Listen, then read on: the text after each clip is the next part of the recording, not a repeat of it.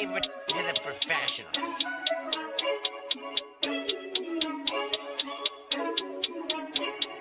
Blessed by Gandhi, blah, blah, blah.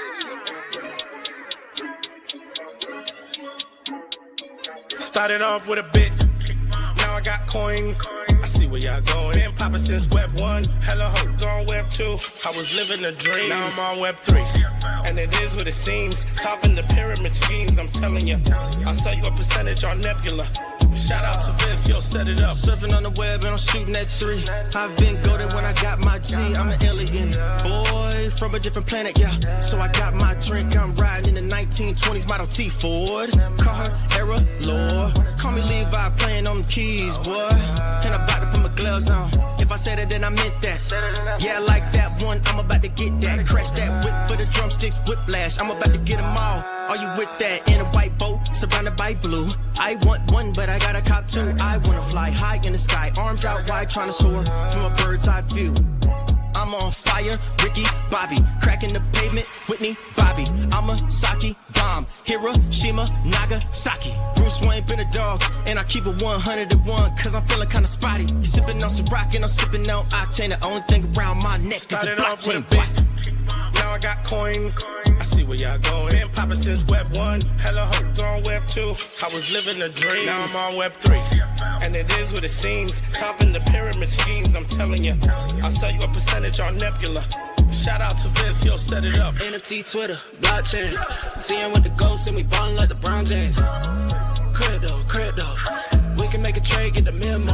Refuse not falling for the FOMO. Listening to Coffee with Captain. You know we worldwide, they loco. I ain't never gonna stop rapping. Orlando, yeah, we working magic. We rocking Ethereum entities. I just went and caught me a half base. Man, I gotta shout out Started the off with a boy. bit, now I got coin. I see where y'all going. Been popping since Web 1, hella hope on Web 2. I was living a dream, now I'm on Web 3. And it is what it seems, topping the pyramid schemes, I'm telling you. I'll sell you a percentage on Nebula. Shout out to Vince, he'll set it up. Freaking the mood to choose one, but they got knowledge to move, son. I'm shocking in shades with my brother in shoes. Yeah, them blues is coming. Even though it's hard to pick, eeny, mighty, mo, soda on the mix, no biting lips, it's time to go. Index number 1, no thumbs up, you gotta scroll. Looking at the ghost in studio, it's time to go. I had a helmet on by myself until I met a mask that wanted to have a face off. So I had to bring my chainsaw, full tank of gas in the ride with my brakes off. I'm A1, but a different kind of steak sauce. Welcome to Coffee with Captain, powered by ApeChain, where we dive into all things crypto, NFTs, Web3, and cutting-edge technology. Remember, nothing here is financial advice. Early-stage tech can be exceptionally volatile and risky. So grab your coffee and join Cap and Steve for today's conversation. Welcome to the future. Welcome to Coffee with Captain GM. Thanks so much for joining us. If you already done so, do us a favor, drop us a GM in the chat down below. Then head up top, smash that like, repost, and bookmark on today's space. We greatly appreciate it. Space is a little slow this morning warming up, so any extra love on the X Spaces link would be greatly appreciated. If you head up top to the Jumbotron, that's the one all the way to the right. You'll see the carousel for the week. Hit those reminders while you're up there if you haven't yet. And then one in from the right is the X Spaces link today. Appreciate the love on that. I don't know what's going on with X this week. There's always something, but I think there was yesterday. Like the proper like listener showed up again for the first time in like a week, so that was good. That's good. I missed that. I didn't even see. So I didn't either. Dawn sent. I stopped looking because it was like frustrating, and then Dawn sent me a text. She's like, "Oh look, the listeners are back." So there you go. Nice. But yeah, it's if you haven't updated X, that might be part of the issue. Usually, it makes sense. Most software you got to be on the same. Running the same version, and this seems to be certainly one. If you're on an older version, it continually gives issues, but hopefully we'll make it through the show today with no audio. We get everything plugged in or Bluetooth it in correctly, and we should be good. But as always, I'm Captain, my co-host Steve. Never any financial advice on the show. Crypto is risky, NFTs are risky, meme coins exceptionally risky, can go to zero at a moment's notice. The only thing that's not risky right now is ETH. Just shove all your chips in ETH. It's going up only $1 billion net inflows yesterday, over $1 billion for the ETF, the ETH ETFs, and just non-stop bullish news for ETH. I am it's pointed the second I'm becoming that guy in my in real life friend chat. I'm now giving like a daily reminder for them to all buy their ETH if they haven't yet, and I'm probably blocked by a few, but that's okay. Again, just we're not financial advisors, so don't take anything we say seriously. We're certainly not your financial advisors. All this stuff could go to zero, including ETH, I guess, if Tom Lee and Joseph Lubin both decide to FSH their stacks. But I don't think that's happening. So anyways, just join us for some fun, some information, some education along the way. GM Steve, how you doing, sir? So to your IRL friends, you're basically like Jesse Pollock. You're basically just going up and being like, coin that, but instead you're like, buy ETH. And they're like, all right, we get it. Enough. Yep. Just buy ETH. It was just buy Bitcoin for a while. And I've shifted now. It is just by ETH. Every once in a while, I'll give a plug for like Rect, or I will give them credit. A lot of them are in Billy. They're gamblers by nature, and they get the thesis there. So they're in Billy, and I'm starting to get buying questions. Like one asked the other day, should I just buy ETH or one of the ETFs that trades in lockstep with it? And how would you answer that question for normie friend? Sorry, I was hitting the GMs. Ask the question one more time. I apologize. I was... They asked, should I just buy ETH or one of the ETFs that's pinned to it? I mean, if it's your normie friends, I would probably say ETFs because they're comfortable with traditional finance. Sorry, what threw me off, by the way, was Von Frunten. I was just clicking GMs, and I'm clicking through GMs. We're talking about cold open. He goes, need to start a prediction market of how many number of days of no sleeve cap each week. So apologies for the space there. Blame Mr. Frunten with his DB Cooper looking AI profile picture, by the way. It very brace yourselves, man. If I can somehow pull this 6-pack off by Ape Fest, I may just go shirtless at Comic Con. Yeah, that's the move, man. Like I said, I wouldn't wear shirts to weddings, funerals, you name it. My shirt is not staying on if I'm 6-packing. What's that? Your chest hair? No, I do not. You seem like I don't think I've ever seen you shirt off, but I would guess you were like with the lack of facial hair. My guess was you were pretty smooth chested. It doesn't grow very well, so I just kind of like keep it clean because again, it's similar to my facial hair situation. It just grows poorly, so just not my jam. Mine's, I mean, it's gorilla-esque. I blame one year for Halloween. We did Siegfried and Roy, and I shaved my chest. Never do that. If you've never shaved your chest, never do it. It is the most awful, like nonstop itching for weeks, and then it grew back, I think, twice as dense. Oof. No, I mean, I guess like to answer your question about your friends, I'd probably go ETF with those people. Honestly, like that's what I did with Bitcoin with people, and it's like, why am I studying over the chest question? Because I was debating if I was going to be like, I shave it, but then I want to be honest that like I don't grow a bunch to begin with, so I just kind of keep it clean because I like the clean shaven area. So we rock it that way, and it looked better when I was in shape. When I had like muscle definition and some semblance of abs, it looked better to be completely clean across the the chest, the arms, the back, the whole 9 yards. But we're not there now. We are grossly out of shape continuously and trying to figure it out. Although yesterday I did spend generally the day outside of a couple things only eating meat. So I'm debating just doing this full on outer lumen, probably not a full carnivore diet, but or keto or whatever. But I'm debating doing like a very like, basically like yesterday, it's like I had like some ground beef in the morning, and then I had a steak, and then I had some chicken, and then I had a little bit of mashed potatoes and a small amount of chips and salsa that we have, but like trying to be like very light on that stuff. But no, man. Shout out to you, Be Epic, Sir Soul, ABS. Tips flowing in this morning on Abstract. Love to see it. Appreciate you all very much. Abstract XP Day. Maybe they'll. I think they should reward. I think they should reward tippers. They should do double. They should have a day. They should play around with this. They should lean into the tippers and clippers. Tippers and clippers. That's a segment. I don't know what you do with it, but tippers and clippers, that hits. They should do something with tippers and clippers, like a double XP day for anyone who clips or tips. On Tuesday. Make it Tuesday. Make it on XP day. Two Peterson out here with like love it, Steve. Calories in, calorie out, and the ultimate keynote. Yeah, I know. Like when I was keeping track of macros, that was great. That's what I would just do when I was in shape. Right now, it's the easiest way. It's easy if you want to get in shape, you want to lose weight. Just go every day as a calorie deficit. It's I don't know. Maybe my metabolism's just crazy high. I do stay active, but I don't work out crazy. But it is like the biggest, easiest hack. Forget any diet. Just you can. I truly believe you can eat almost whatever you want if you burn more calories than you consume on a daily basis. Well, you can. It doesn't mean it's the healthiest for you, but you can. To your point, like exactly, like because like in theory you could eat like less a calorie deficit of chocolate and you'll be you'll be all right. Like in theory, But like the idea, like, yeah, to me, it's like, I also do better with like a crash diet to start when I do. Like, I can't track macros right now. I don't have the time and energy. I don't really have the time and energy to meal prep right now. So yeah, for me, it's like, sleep is the big one, by the way. That's the one.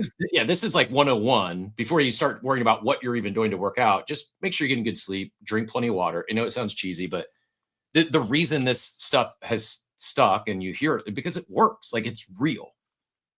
Yeah, growing up for us, like, people were like, "Oh, sleep when you're dead." Oh, there's like this pride point. Yeah, me too. I was like, I don't need fucking sleep. I'm better than those people, and I operate now. I would like to think closer to 100% of my full potential. When I was running on fumes, I was working a lot, but it's like we're humans. It's unless you're some. I don't know. There are people who could optimally sleep on like apparently that allows people to operate on less sleep. But unless you have that, like you're not going to operate at 100% of your potential. You can still get the work done, but you're like, it catches up with you. Yeah, I want to say it was Matthew Walker. By the way, congrats, Veggie Dave, on being down 10 pounds. Awesome. I want to say it was Matthew Walker, who has a whole book on sleep, and I watched one of his talks on sleep on a plane one time on a long plane ride, where it was like he basically says, like, look, I mean, there are certain people who can do 6 hours of sleep. He's like, that is the bare minimum for like most people, unless there's a total anomaly. He's like, outside of that, you generally want to be getting at least 7. And I was for a long period of time. I'm just not right now. I mean, I had trouble sleeping last night. I probably have a combined 11 hours of sleep the past 2 nights, maybe if that. Yeah, it's just, I mean, I don't know. The other night, like, it was, the kids, I think they're getting nervous about school, so they're waking up a little bit. And then last night I was just working on stuff because there's a lot going on right now. So yeah, in any case, I'm trying, like, that was the thing that I was dialed in on probably before Web3 better than anything else. Was I was tracking my sleep, and I was rocking 7 minimum hours a night, waking up at 5 a.m., going to the gym. I'm just not doing it right now. And it's like, it's not a surprise that I'm in some of the worst shape I've been in my life, like since I got into Web3. It's like, just, so I don't know. I need some crash diet stuff. I need to get some sleep. I need to get some sunlight, and we'll make everything work from there. But yeah, man, for your friends, I would say, before we I'd say before we jump into the stuff, let's go to Husker actually before we jump in, because I want to talk ETF, and we'll keep going from there. Husker, GM.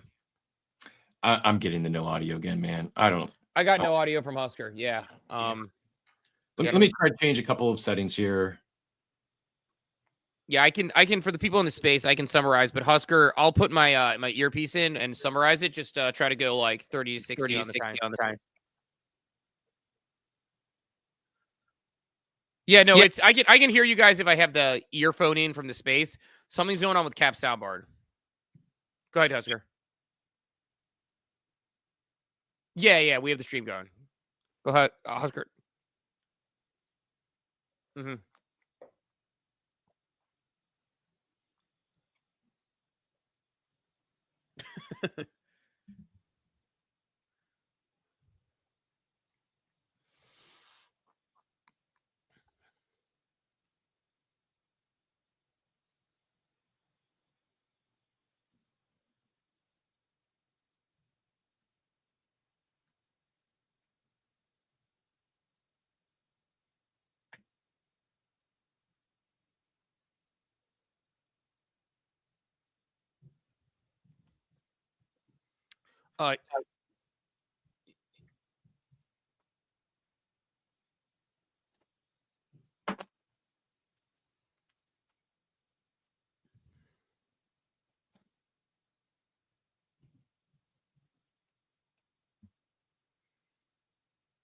Yeah, no, it's Husker, RIP to that. I mean, I have a friend who also had a hairy chest who hit a shave on it, and it was not a good look, and it happened. So I will take my lack of chest hair, but by the way, like that may be one problem, but it's not a problem. Hair on the top of my head, 42 years old, full head of hair, luscious. So we're doing our thing. A lot more gray hair since I got into Web3. But in any case, I was going to say, bringing it back to the EVM stuff, or I mean, bringing it back to the question cap. I would say, like, you mentioned your friends in traditional finance. And again, like I love telling people to buy like ETH spot, and I love telling people, hey, get your own wallet, figure your own thing out. But here we'll get your. It looks like you're getting the coffee with Captain thing up. Might be. So you think it's your phone, by the way, on the issue potentially? No, I don't. I really it. have no idea what it is. I haven't changed anything unless it's the Bluetooth fell off because that we've made that shift. So yeah, I don't know. I apologize, everyone. I really have no idea what's going on, but we will. I'll spend the rest of the day troubleshooting on some test accounts and see if we can get it working. Yeah, but while you're playing around with that, what is your tick list today? I have a small handful of things, so not even a crazy day. I mean, trying to get this turned down so I can have just one audio instead of a 3-second lag in the echo. So if anyone is listening in, I guess, so basically when Matt or Husker speaks, it's not coming through to the video streams, right? No, it's not. And I had other people saying that yesterday. So not coming through to the video stream. We can't hear them on the StreamYard. Man, maybe I'll just return my my Roadcaster or just never get another one if that's the case. Like, sounds like it might be an X update that happened. Because I'll put my earpiece back in a second to check on it, but it sounds like Matt said they were having similar issues on theirs. So maybe an X update made it so that Spaces is no longer compatible with the streaming, which is probably less than ideal and makes absolutely no sense since X has streaming video and Spaces. You think they would want to encourage both. But Matt, let me check real quick. Did you say you were having issues with streaming video and hearing on Spaces on yours?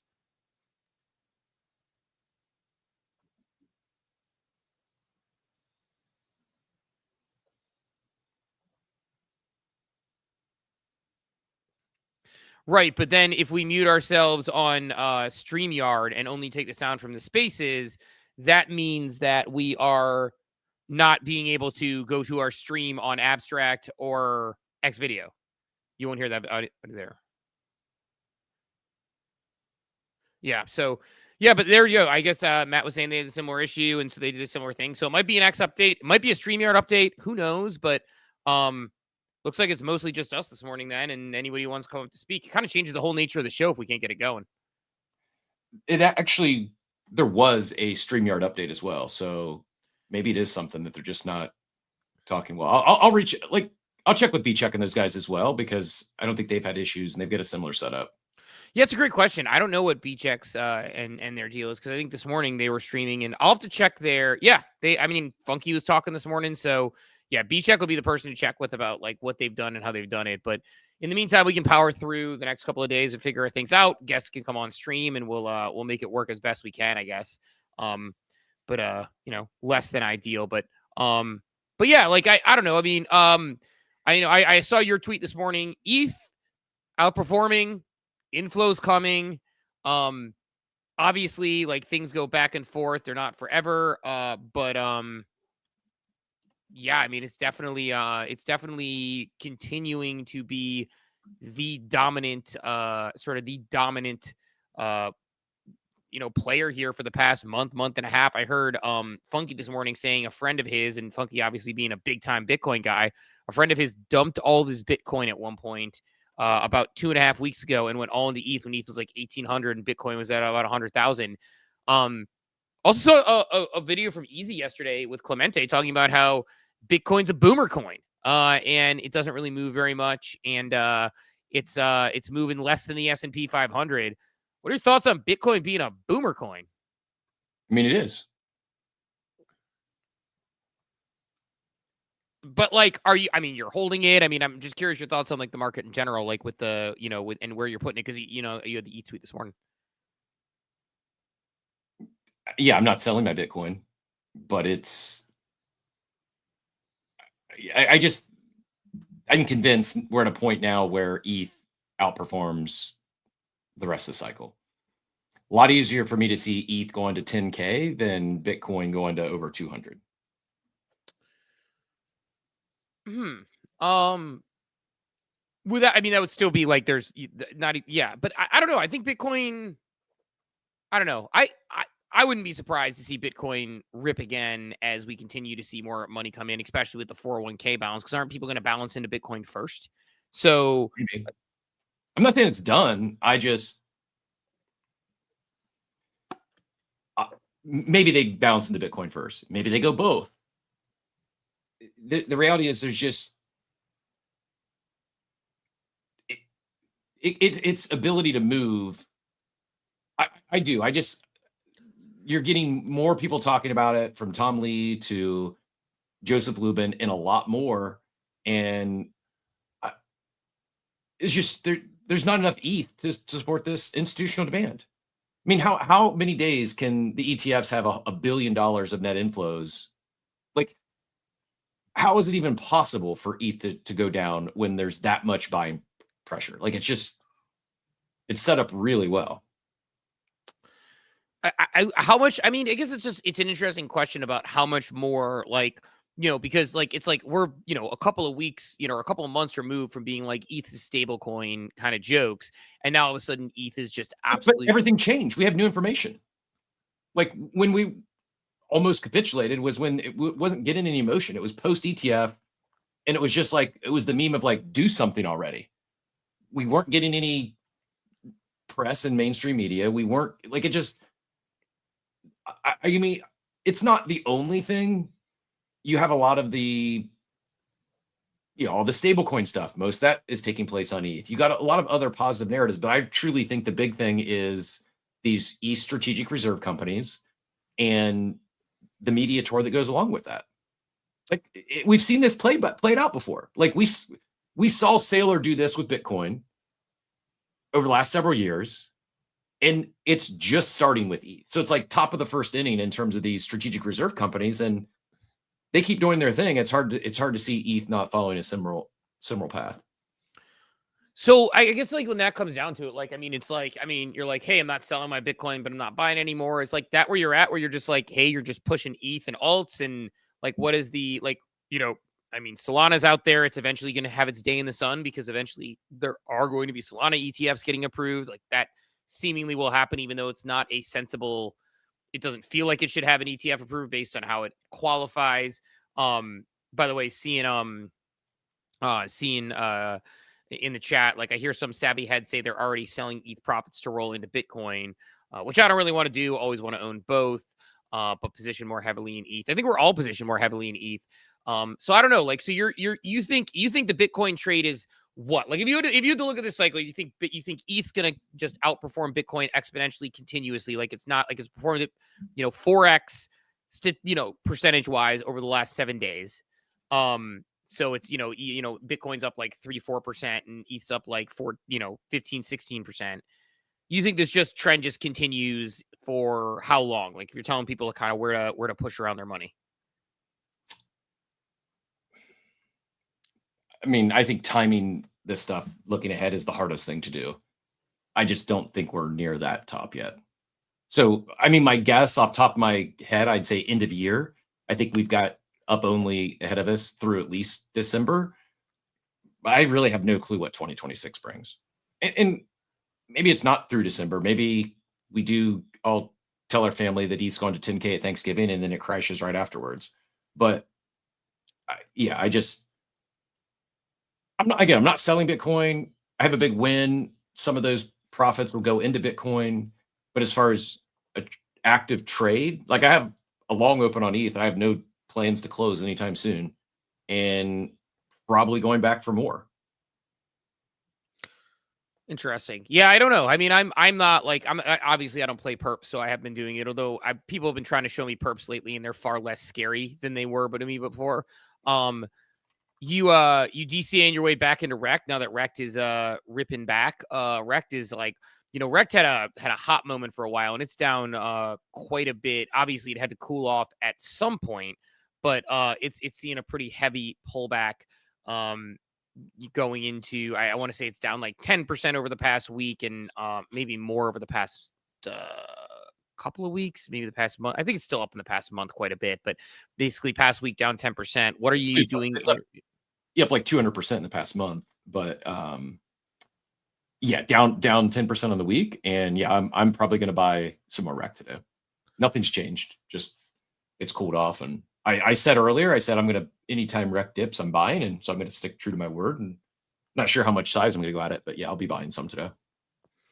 Yeah, it's one that I'm certainly keeping an eye on for sure. I mean, I don't know that I'm gonna keep moving in because I'm pretty well allocated there from where I sit, but yeah, man, ETH seems to be king. ETH seems to be killing it.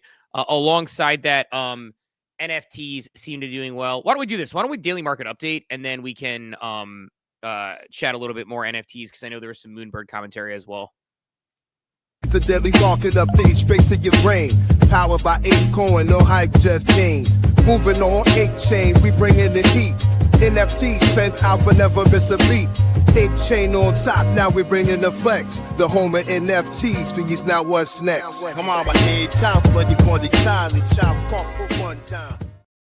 It is time for the daily market update powered by ApeCoin, the home of NFTs. ApeChain has it all, bringing culture, fun, and community to the blockchain. Dive in and see why ApeChain is on top. Cap. Yes, sir. We are going to start with our majors here. We've got a clear winner. You know, they say find what's strong during down days. And not only is it a loss less or down less than the others, ETH actually up 2% on a day where Bitcoin's down 2%. I'm sure it's happened. I can't remember the last time we've seen a chart like this, talking daily market update, where all the majors are down and ETH is up. Like, check me if you can remember, or if I'm completely wrong here, but it's only 2%, but it is up 2% when Bitcoin's down 2%, XRP down 3%, Solana down 3%, Doge down 4%, Cardano down 4%. I guess that's what happens when you have $1 billion of net inflows into those ETFs. And that's kind of the thesis. Here's the other thing. Volume, 48 billion of Bitcoin traded yesterday, 40 billion of ETH traded yesterday. So when you have $1 billion of buy pressure, it just does more to ETH than it would to Bitcoin. Just mathing. Runes, I don't even know what's going on over there anymore, but they're most are down kind of lockstep with the market. Memes, Bonk down 10%, Pingu down 10%, Trump down 3%, Pepe down 3%, Fartcoin, you mentioned Rec. I'll show that chart real quick. This is the weekly chart. The daily chart, it's just down 2%, but it is dipping on the week. Back to the other memes here. I'm going to check. I want to check Pump Fun real quick while we're here, because it seemingly has retaken the meme launchpad. I'm not saying it's taking a victory at, but yeah, Pump's up almost 2% on the last day. You can see here, and they continue, like, revenue wise, they've flip flopped again, and in pretty commanding lead as it relates to them versus Bonk and the others. So something to keep an eye on. I don't know. I've seen some people saying they're getting really bullish. I think actually TG said he's more allocated to Pump than anything but Bitcoin. I don't think it's going to go away, basically. But I'm not in an active trade right now. Probably something else I will look at, but just not sure how I feel about it at large. No idea what these are that all ripped up on. I guess the Cyber has decent volume. If anyone knows what these are just top movers on the day. Anywhere from 40 to 140 million market caps. Not familiar with WikiCat, Rise, Cyber, Codata, or You. If anyone does know what those are, let us know in the chat.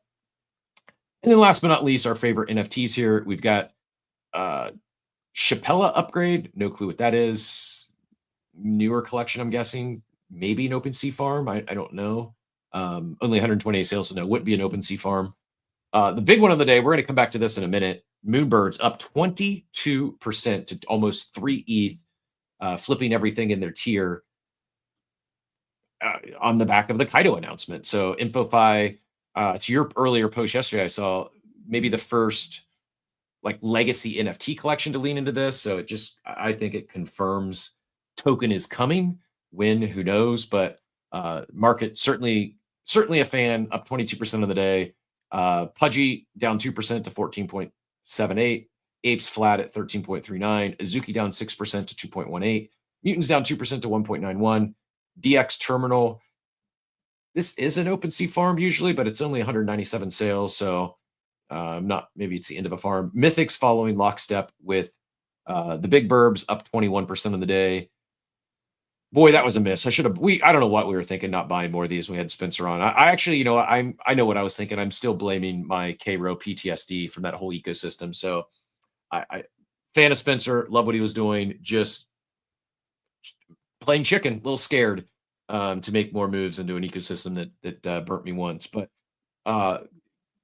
really liking the news. And yeah, I think it's inevitable. Tokens coming at some point would be my guess. V1 CryptoPunks up 9% of the day to 3.1 ETH. And then Nakamigos continue some volume after the pullback. After the big pump, they're back up 11% of the day to 0.23 ETH. That's our daily market update brought to you by ApeChain. ApeChain on top, the home of other side. Yeah, you mean V1 CryptoPunks and V0 CryptoPunks both up on the day, as people would say.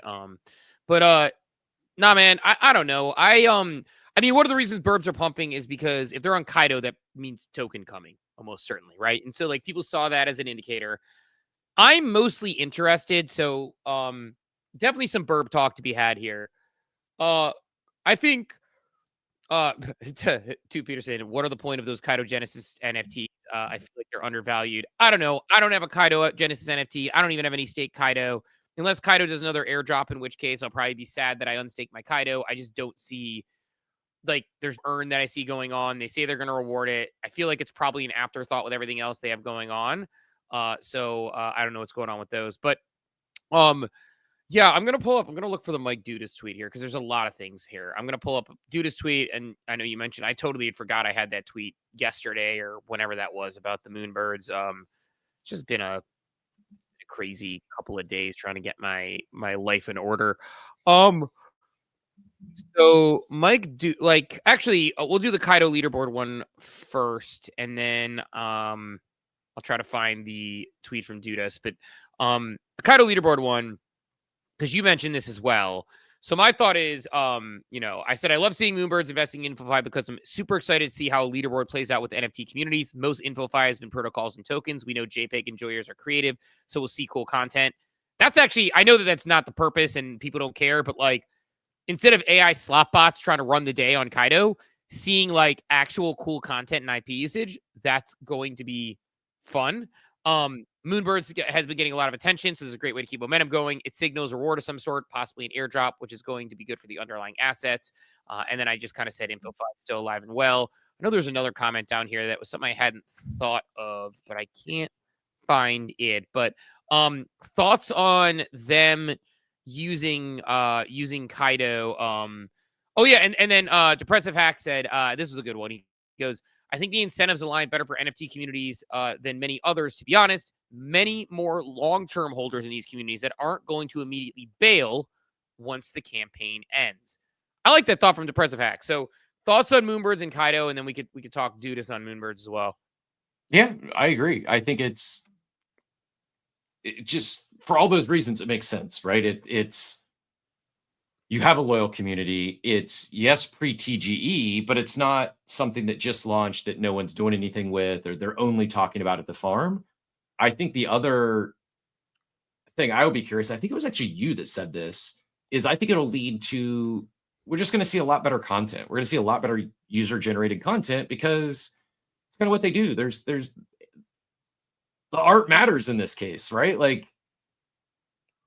I don't know, fill in the blank. Like, what are you going to, like, other than just words and talking about most of those protocols, if it's infrastructure, like, I don't know, I guess you can talk about it, but like, there's no visuals to go with it, right? Like, I think this matters. It may sound silly, but I think when you're talking content creation, and that's really at the heart of Kaito and InfoFi,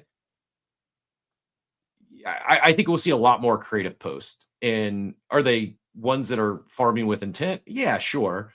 But I think this is maybe the first where we'll see actual real organic post.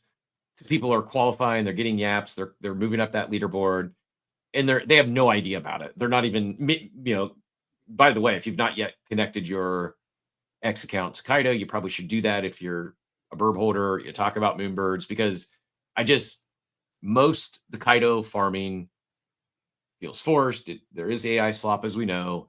Will there still be that with an NFT collection? Sure, but maybe I'm just the eternal optimist here, but I think it'll lead to a cleaner campaign in terms of the stuff we see talking about Moonbirds will actually be community members talking about things they enjoy, not just plugging something into the chat GPT so they can get some yaps for it. Yeah, I would agree with that. I would say I mean, a couple of things on that. I mean, I think the user-generated content, for example, I mean, I did an AI video of Curtis jumping into the water yesterday from ApeFest a couple of years ago. It's like, that's better content than somebody putting out like a Kaito just released a leaderboard for blank blank protocol. They're giving this to the top 50 yappers. They're giving this to the top blank blank yappers. Like, that to me is not a worthwhile use of time, money, and energy for the protocol. They're not getting anything out of that. In fact, those that are doing that, they're doing it for the airdrop that they're going to sell immediately. I don't think that'll be the case here. Like, I think a lot of these people that are in this Moonbirds community, like, if they haven't sold yet, they're probably around for a little bit. This had a tremendous run up since Spencer acquired. So it's like, if someone was just looking for their exit point, you've had it. You got it today. Go get 3 ETH out of your Moonbird. They're not, because they believe in the mission. They believe in the thesis. They believe in the team. And I think you're going to see a lot better results post TGE from this campaign as many of the others that, let's just be real. Like, there's not a lot of, most people don't believe in the majority of these protocols or dApps or the things they're talking about. They're doing it purely to get paid. Yeah, it's funny because like, I recently started ranking on a couple Kaito leaderboards just because I started doing DeFi and there's a lot of DeFi stuff on there. One of the ones I rank on is Polygon. I'm like number 4 in the past week on Polygon, and I think number 12 in the past 30 days, even though it's only been a week. And what I noticed is there is a lot of spammy people. And actually, Rudo commented on this. Rudo's like, if you tag me in a spammy post, you're not going to get the airdrop. Like, basically, like, that's not what this is or what this is for. But the problem is people see Polygon, they see they're giving out money, and they start putting out, AI trash type content. Well, I've seen this coming up. I've seen this being a problem that I've run into personally on the leaderboard as well. So I think NFT communities can help solve for this. So I think we do have a solve there. So I agree. I'm excited to see better user-generated content. And again, I think the President Hack's point about the community not just bailing as soon as an airdrop happens is really sound. Like, I do think that's the case, and that's what's going to happen. So definitely appreciate the thought process there as well. So that should be a good one. And then, on the heels of that, I mean, Moonbirds just seem to be the belle of the ball right now. Moonbirds with the Pudgy Penguins this cycle. Pudgy will continue to grow as the next they're the next leg of their growth cycle. Moonbirds thesis is dead simple. CTO, strong leader, same investors, great IP, fervent community, real world products, token soon. You are not late. Obviously, Dudas is an investor in Moonbirds, or at least an investor in Orange Cap Games. So he's pumping his own bags here. I get that.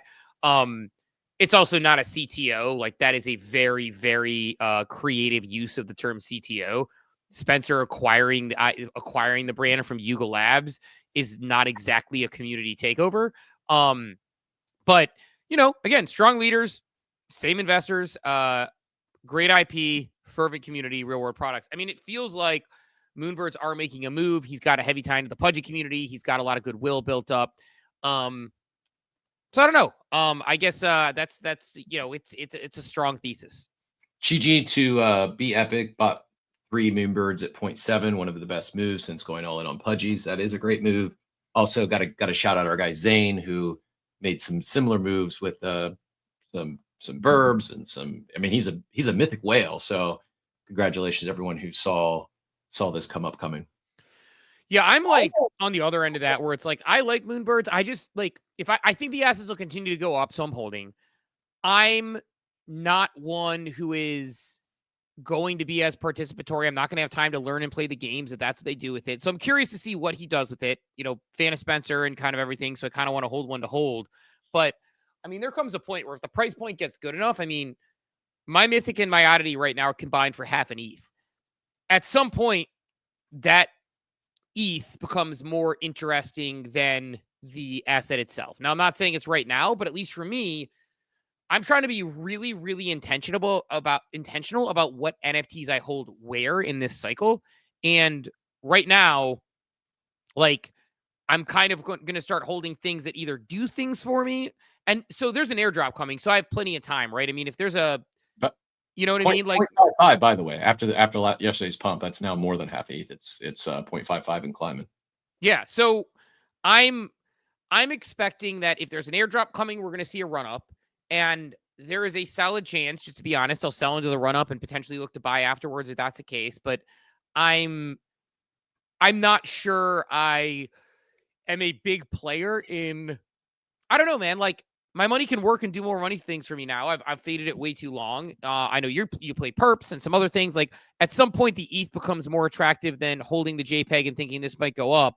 There's just so many more options now and so many more players and so many things in TradFi coming along the way. So I just think that there's a lot of opportunity. And so I like, it's not a FUD or a bad thing. It's just at some point, it's good. The price is going to be worth selling that Mythic. My biggest thing is I wish I had like 3 or 4 Mythics because I was a supporter. I sold at one point, probably a tax loss harvest, and I'm kicking myself for that. So I wish I had held a couple more, but you live, you learn. I see we have stage. I don't see any hands, but we want to go around the horn here. Yeah, go for it. We could try to pop in the earpieces and try to make it work. I actually see on one phone, I see SimpleFarmer on stage. On the other one, he's a listener. I think he's on stage. Let's go SimpleFarmer, and then we'll go back to Matt. SimpleFarmer GM.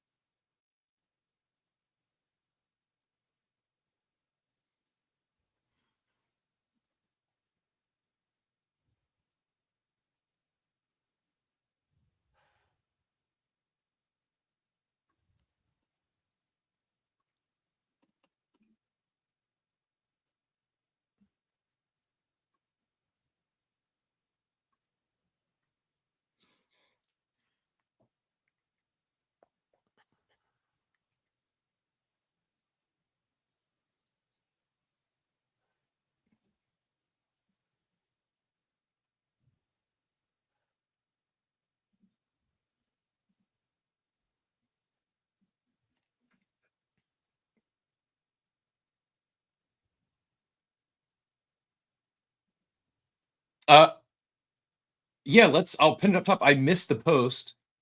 Came out like 3 hours ago. Wheel of Fate begins 8:18. I'll pin it up top. And yeah, do you want to give us the TLDR?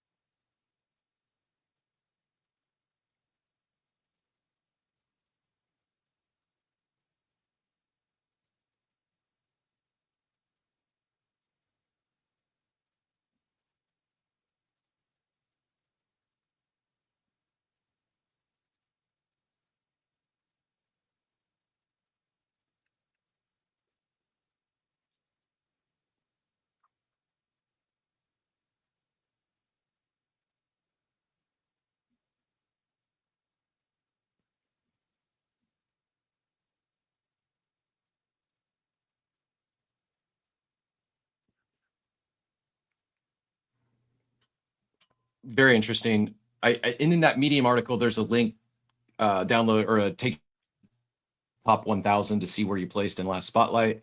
The question I had, the balls themselves, I assume they're free to mint for those that qualified. They just go claim essentially or mint. Yeah, I mean, a 1 in 100 shot at a Bored Ape. I'll have to do the math on what that expected value is, but that's a several $100 ticket. 13.39 ETH to USD is what? $58,000.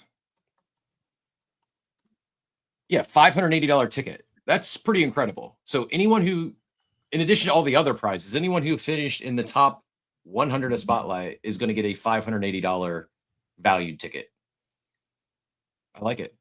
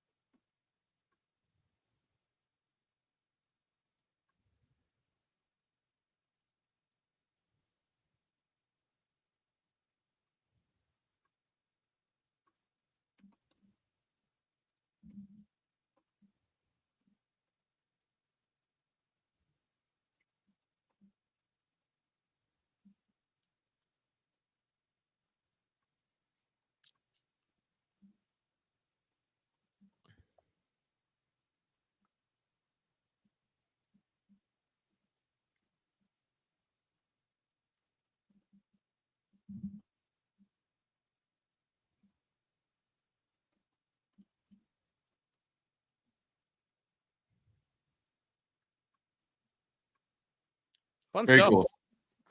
Lottery mechanics alive and well. Definitely very much appreciate that for sure. But yeah, I know there's no audio on video from the folks who are talking. So for people who missed that, basically there is a you can go to the ApeChain account and kind of see the whole wheel of fate. But honestly, just sort of a fun gambling casino mechanism for people based on where they placed. The higher you are in the spotlight, the better your prizes, the better the chances are at the ball. The balls are NFTs, meaning they can be sold. So somebody says, hey, I'm more risk adverse. I don't know who on the top 10 in spotlight is going to be more risk adverse, but whoever's in the top 10 in spotlight, like if you are a little more risk adverse and you want to sell that ball, somebody else can put it in the machine and try to win something. So appreciate that, to see how that goes. So goes live Monday, lots of prizes to potentially win. And look, I mean, the lottery mechanics are fun. So I'll definitely play my chance a few times and hopefully win myself an MAYC or a, I probably won't be in the BAYC one because that's the High Rollers crew. Not my, probably not my journey. I know there's one in the gold as well, I believe. One BAYC in there, and then you added a second BAYC into the High Rollers one. But going to be a lot of, and I think like just a lot of ApeChain NFTs being out there for people. A fun, again, mechanic for people just who want to play the game. And I would say, this is cool. One thing I'd say would be really cool, and then I'll throw it back to you, SimpleFarmer, is I would love a world where this is probably just me talking out of a personal perspective if you look at my background, but I'd love some physicals, man. I love when, I've been saying for a while, like, throw the Curtis statue from Ape Fest in there. Throw the banners that you had at Ape Fest in Lisbon in there, and have some physicals that if people spin, they win and can redeem. It's one of the things I think Doodles did extremely well, which is, you get these wearables, which are digital things that were great. They can be bought, they can be sold. They led to airdrop allocation. But the actual physicals that you won, people get excited. They redeem. I realize it's a whole new level of logistics, but, I know the Yuga team has some warehouse stuff from some of events. It would be pretty cool. But SimpleFarmer, go ahead and get back in here. I saw your hand up.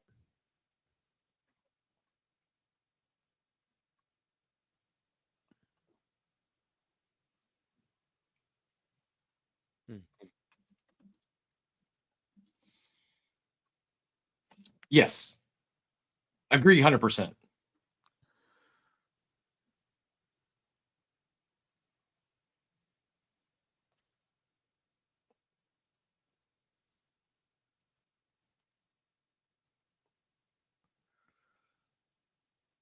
All right. Well, then I will be winning that Bored Ape. For people on the stream, it turns out that I do have a chance at a Bored Ape and plan on winning that. So going to be a good day for me when that happens, Cap. And Diablito, just to clarify, you did qualify for a ball. If you were in the top 1,000, you get a silver ball. Yep, good stuff. And you said, Cap, there was a place to check that, right? You had shared. I didn't see the checker. So yeah, the pinned post up top links to a Medium article, and in that Medium article is the checker for where you finished. For some reason, I'm on the Medium article, but I'm this just goes show so that I'm because I see it's based on the wallet. I see where it's wallet address on the list. Okay, that's it. I'm being lazy. I saw a spreadsheet. I'm like, spreadsheet numbers. So yeah, I am definitely top 1,000. So I am in the qualification with the ball. So we'll be collecting, we'll be playing it, and we'll be winning a Bored Ape. That's my plan. My plan is to win a Bored Ape next week. So GG's to everybody else trying. I am going to finally, I don't get lucky in any like lottery draw mechanics that truly end up being cash EV positive outside of the one that I fumbled really hard, which was getting a coda on my other D and then trading that with a bunch of other stuff for a Moonbird. You want to talk about Moonbirds? Moonbirds were like 40 ETH, 30, 40 ETH, and I traded a coda other deed, a on-chain monkey set, and I think like a duplicator or something, all for that. On-chain monkey set, I think an on-chain monkey will get you about $3,000-$4,000 worth of Bitcoin right now. I believe that other deed coda would have gotten you, a ton more ETH time, but I really wanted that Moonbird, and then I just wrote it all the way down to 1 ETH when ETH was like a couple $1,000s. So probably one of my worst, almost certainly is my worst trade of all time. I never deal with big trades. I never deal in big volume. I never make big purchases. And the one time I did, I fumbled the bag horrendously, probably why I'm more gun shy and more conservative. But Matt, I know you wanted to get back in here. Matt, go ahead and get back in here. And like we said, like go 30, 60 seconds so that we can translate it because the people on the stream can't hear you.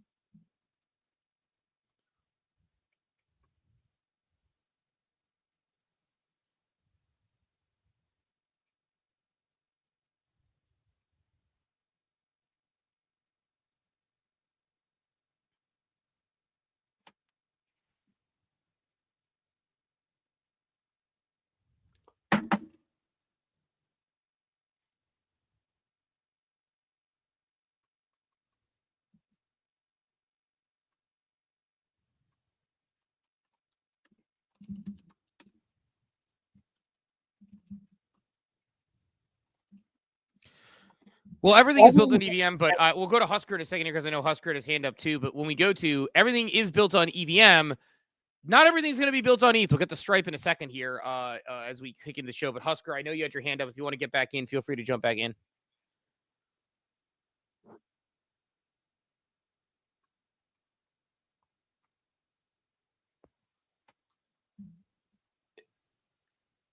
It came in flat. That was my guess. Came in flat. So is that a good thing?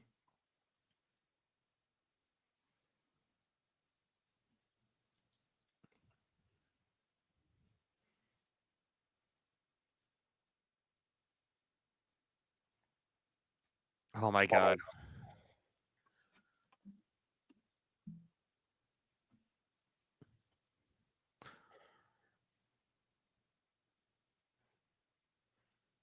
Well, we're one rate cut away from me selling my Super Yeti for like a full ETH. ETH up over $100 on the CPI print, up 4%. Yeah, and some comebacks for some other coins as well. I know Solana was like 174 this morning. It's up to 178. I missed my opportunity to buy Rect at a discount? Good question. Yes, Rect is not, still at a discount. It's still below 500 mil if you consider that free. Yeah, maybe I'll push a little bit into Rect on that print now that you say so. But no, it's funny, like Solana, because I keep an eye on because I'm LPing Solana and USDC, and my soul has been heavily into the soul bag on that end. So can I ask you a question, a DeFi question? I don't know how LP friendly you are, Cap, on some things. So I have an LP USDC soul, and it's up like my Solana is up like 80% on that LP. And so I'm very heavily Solana'd into that bag. if you're in that situation, would you cash the Solana and just rebalance the pool as is because you expect Sol to go higher? So like if I've dollar cost average my way from like, you know, whatever it is, 1 to 5 Solana, 5 to 10 Solana, 10 to 20 Solana, would you cash the LP and hold the Sol spot and then just rebalance the LP, or would you just kind of leave it earning fees till it evens back out?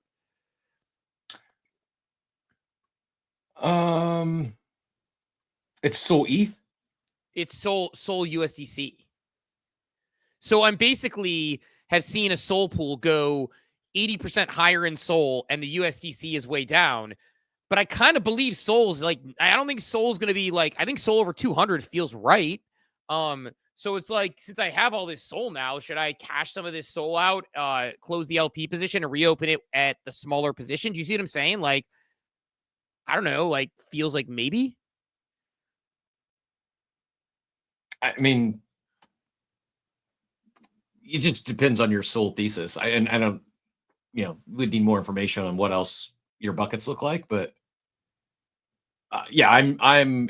If you ask me anything, have bags on right now, whether it's ETH, Bitcoin, Solana, Rect, Billy, Pingu, ApeCoin, I'm full risk on. So I have some stables left, but it's just because I'm debating where to put it. But yeah, I don't want to have really anything in USDC right now. I mean, I have some stables earning stables, so like I do have some percentages there. But simple. I also like the other thing before I go to SimpleFarmer, because I'm going to go to SimpleFarmer in a second just to get his take on the get his take on this, because he's a DeFi the DeFi guy at ApeChain. Give me a little bit of DeFi tips on what I should do with my Sol bag here. But I will say, like, the thing that I do like about the stables, earning stables and having stables in DeFi, is that, to your point, like if we have a big pullback, I'm well positioned to actually fire now, because I'm bad at holding stables when I hold them spot, but I'm good at holding stables if I'm holding them in like, sort of lending pools and things. So I could always pull them out and do some stuff with them. But SimpleFarmer, what do you think I should do with my bag here?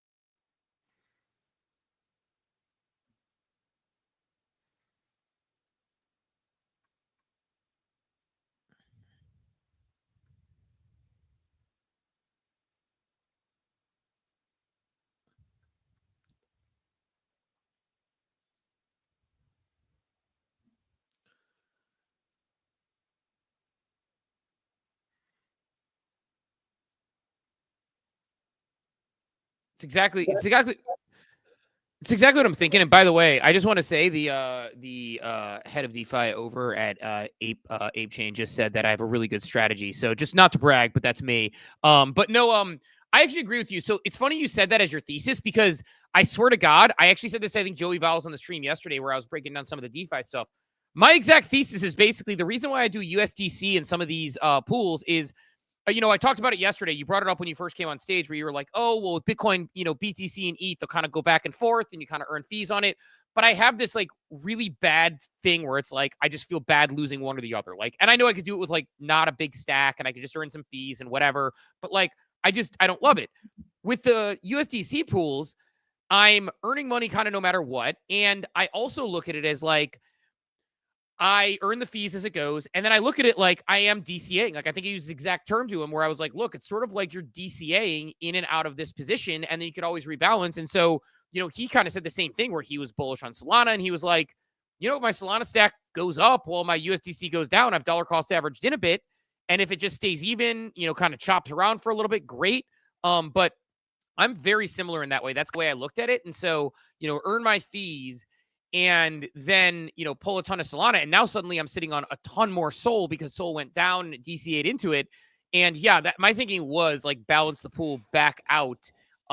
Maybe probably have to flop a little Solana in USDC to balance the pool back to where it was. But I basically have given myself more Sol to hold while I continue to do the pool. So I agree. I mean, I think that's probably the play. So that's what I'll probably end up doing. So I'm gonna check on what that looks like from a DCAing standpoint and how much I need to, how many Sol I need to flip the flop back into it. But I think that's the pool move I'm going to do, and then just rebalance the pool. That's one thing I've noticed about LPs, by the way, Cap, is that I was worried about babysitting it, and now I sort of love babysitting it. It's kind of funny. Like I went from like being like, oh, I have to babysit a position. Like I want to do completely passive positions.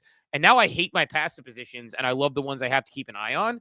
So anyway, fun stuff. But feeling that one. So that's what SimpleFarmer is telling me, DCA my way back into it. So I will figure out what that is and probably pop myself back in this morning. Good stuff. I apologize again about the audio.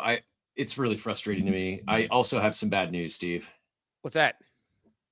Well, I know everyone's getting really excited, but I have an obligation, a duty here to share. It may be short-lived today. We just got our generation's top signal. What's that? We got an all-time highs crypto anthem dance from Clemente. Fun while it lasted. He's been doing better since he's been copy trading. It sounds like Easy was giving him some shit about copy trading. It was basically being like, you are like you basically copy trade or whatever. It's so he was giving him crap about like his strategy and what he's working on. So I don't know. Hopefully it's his copy trading strategy helps us all. I don't know. He does. Then the all-time highs don't matter anymore because he's actually just following other people's plays, maybe. Shall see. I don't know. SimpleFarmer, I saw your hand fly back up, so go ahead and get back in here, and then we can maybe hit the Stripe news. And if we get out of here a little early, we can on a slower news day. But SimpleFarmer, get back in here.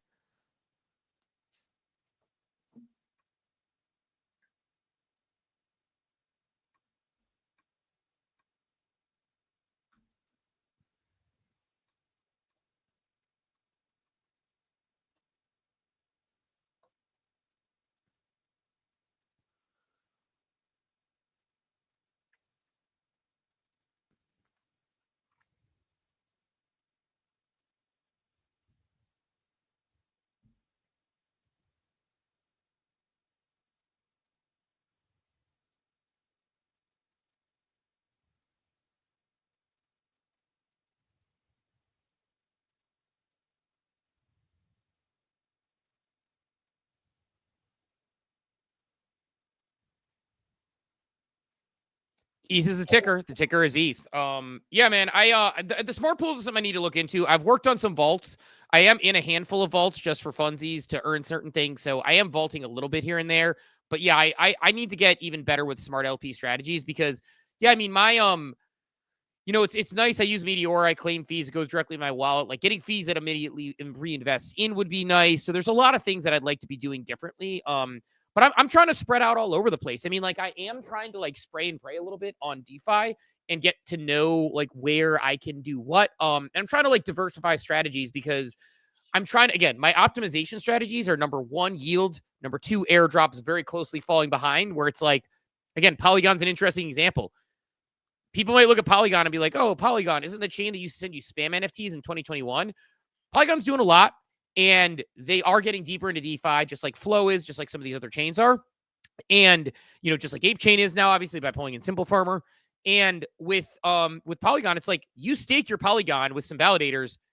You just straight earn towards airdrops. There's like 3 or 4 airdrops that they have on their website where these, similar to a Kaito leaderboard, these air companies have just committed a certain percentage to people who are staking. Now, am I going to get a ton? I'm probably going to like $20 here and there, but if if it goes up, I earn Polygon rewards.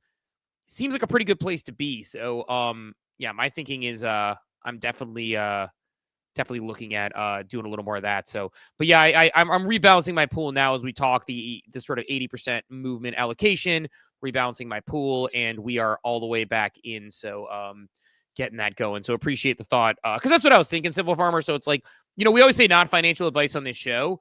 To me, like I think yes, like we definitely do that. Like it's a non-financial advice show, but like if I'm willing to take advice from my good friend, I will as well. And so here we are rebalancing the pool. But anyway, Cap, before we go to Stripe, anything else before we get on to maybe Stripe and kind of talk a little bit of that, and anything else on your mind?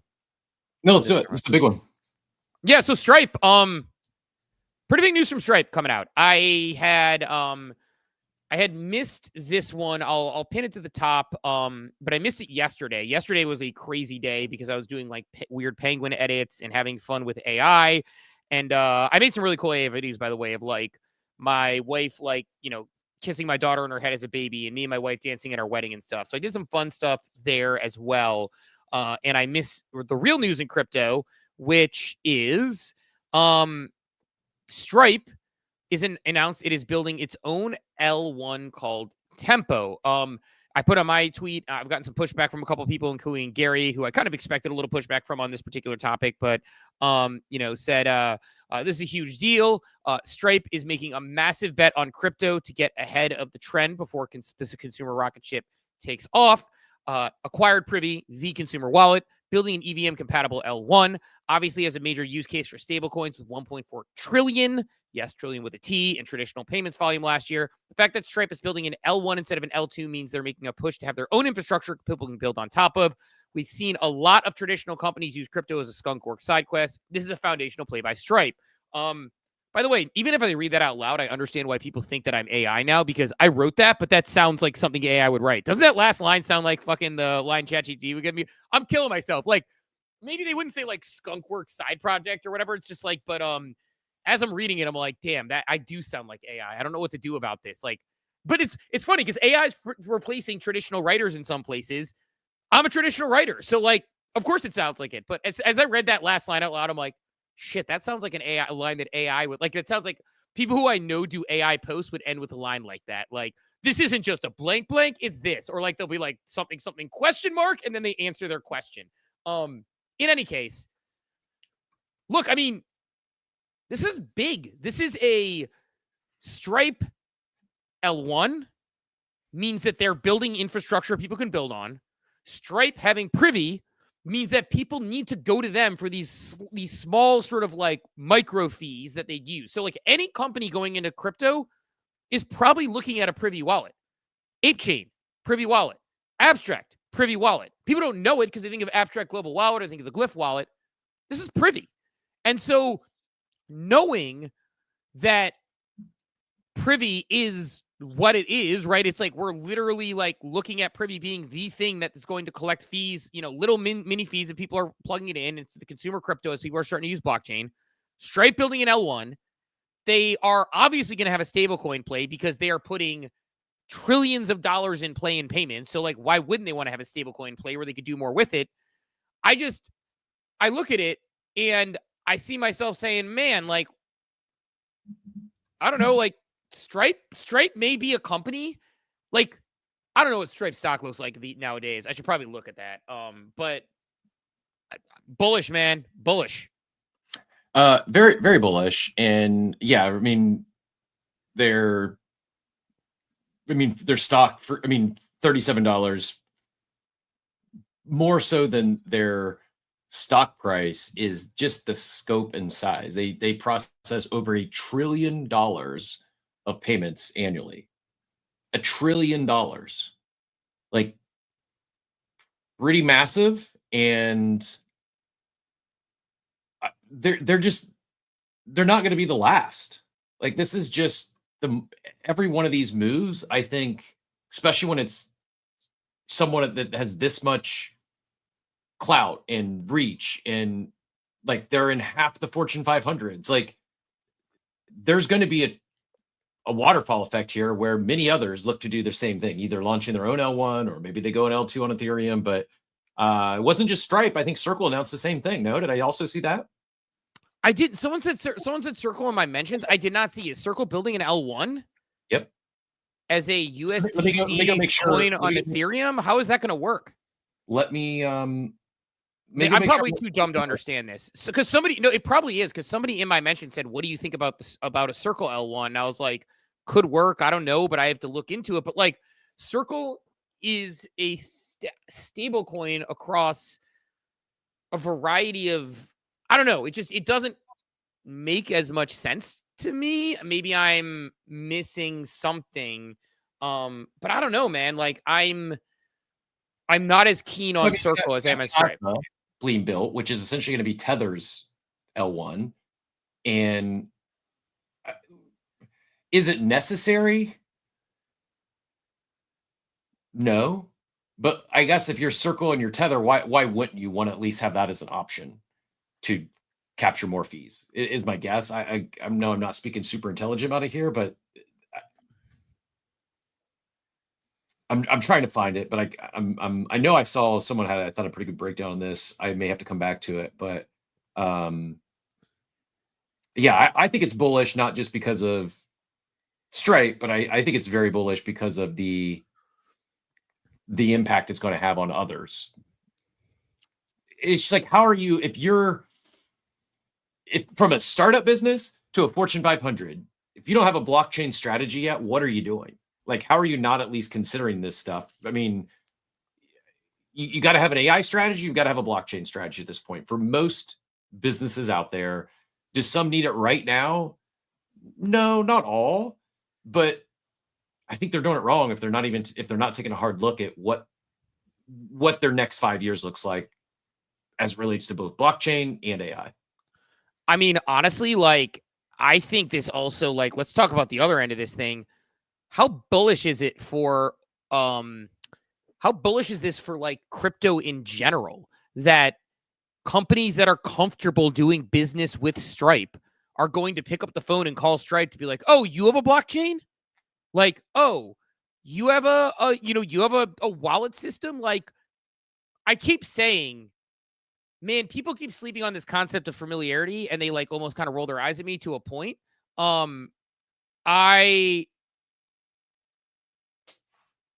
I don't know, man. I'm looking at this and I'm like, I'm a company. I feel familiar and comfortable with Stripe.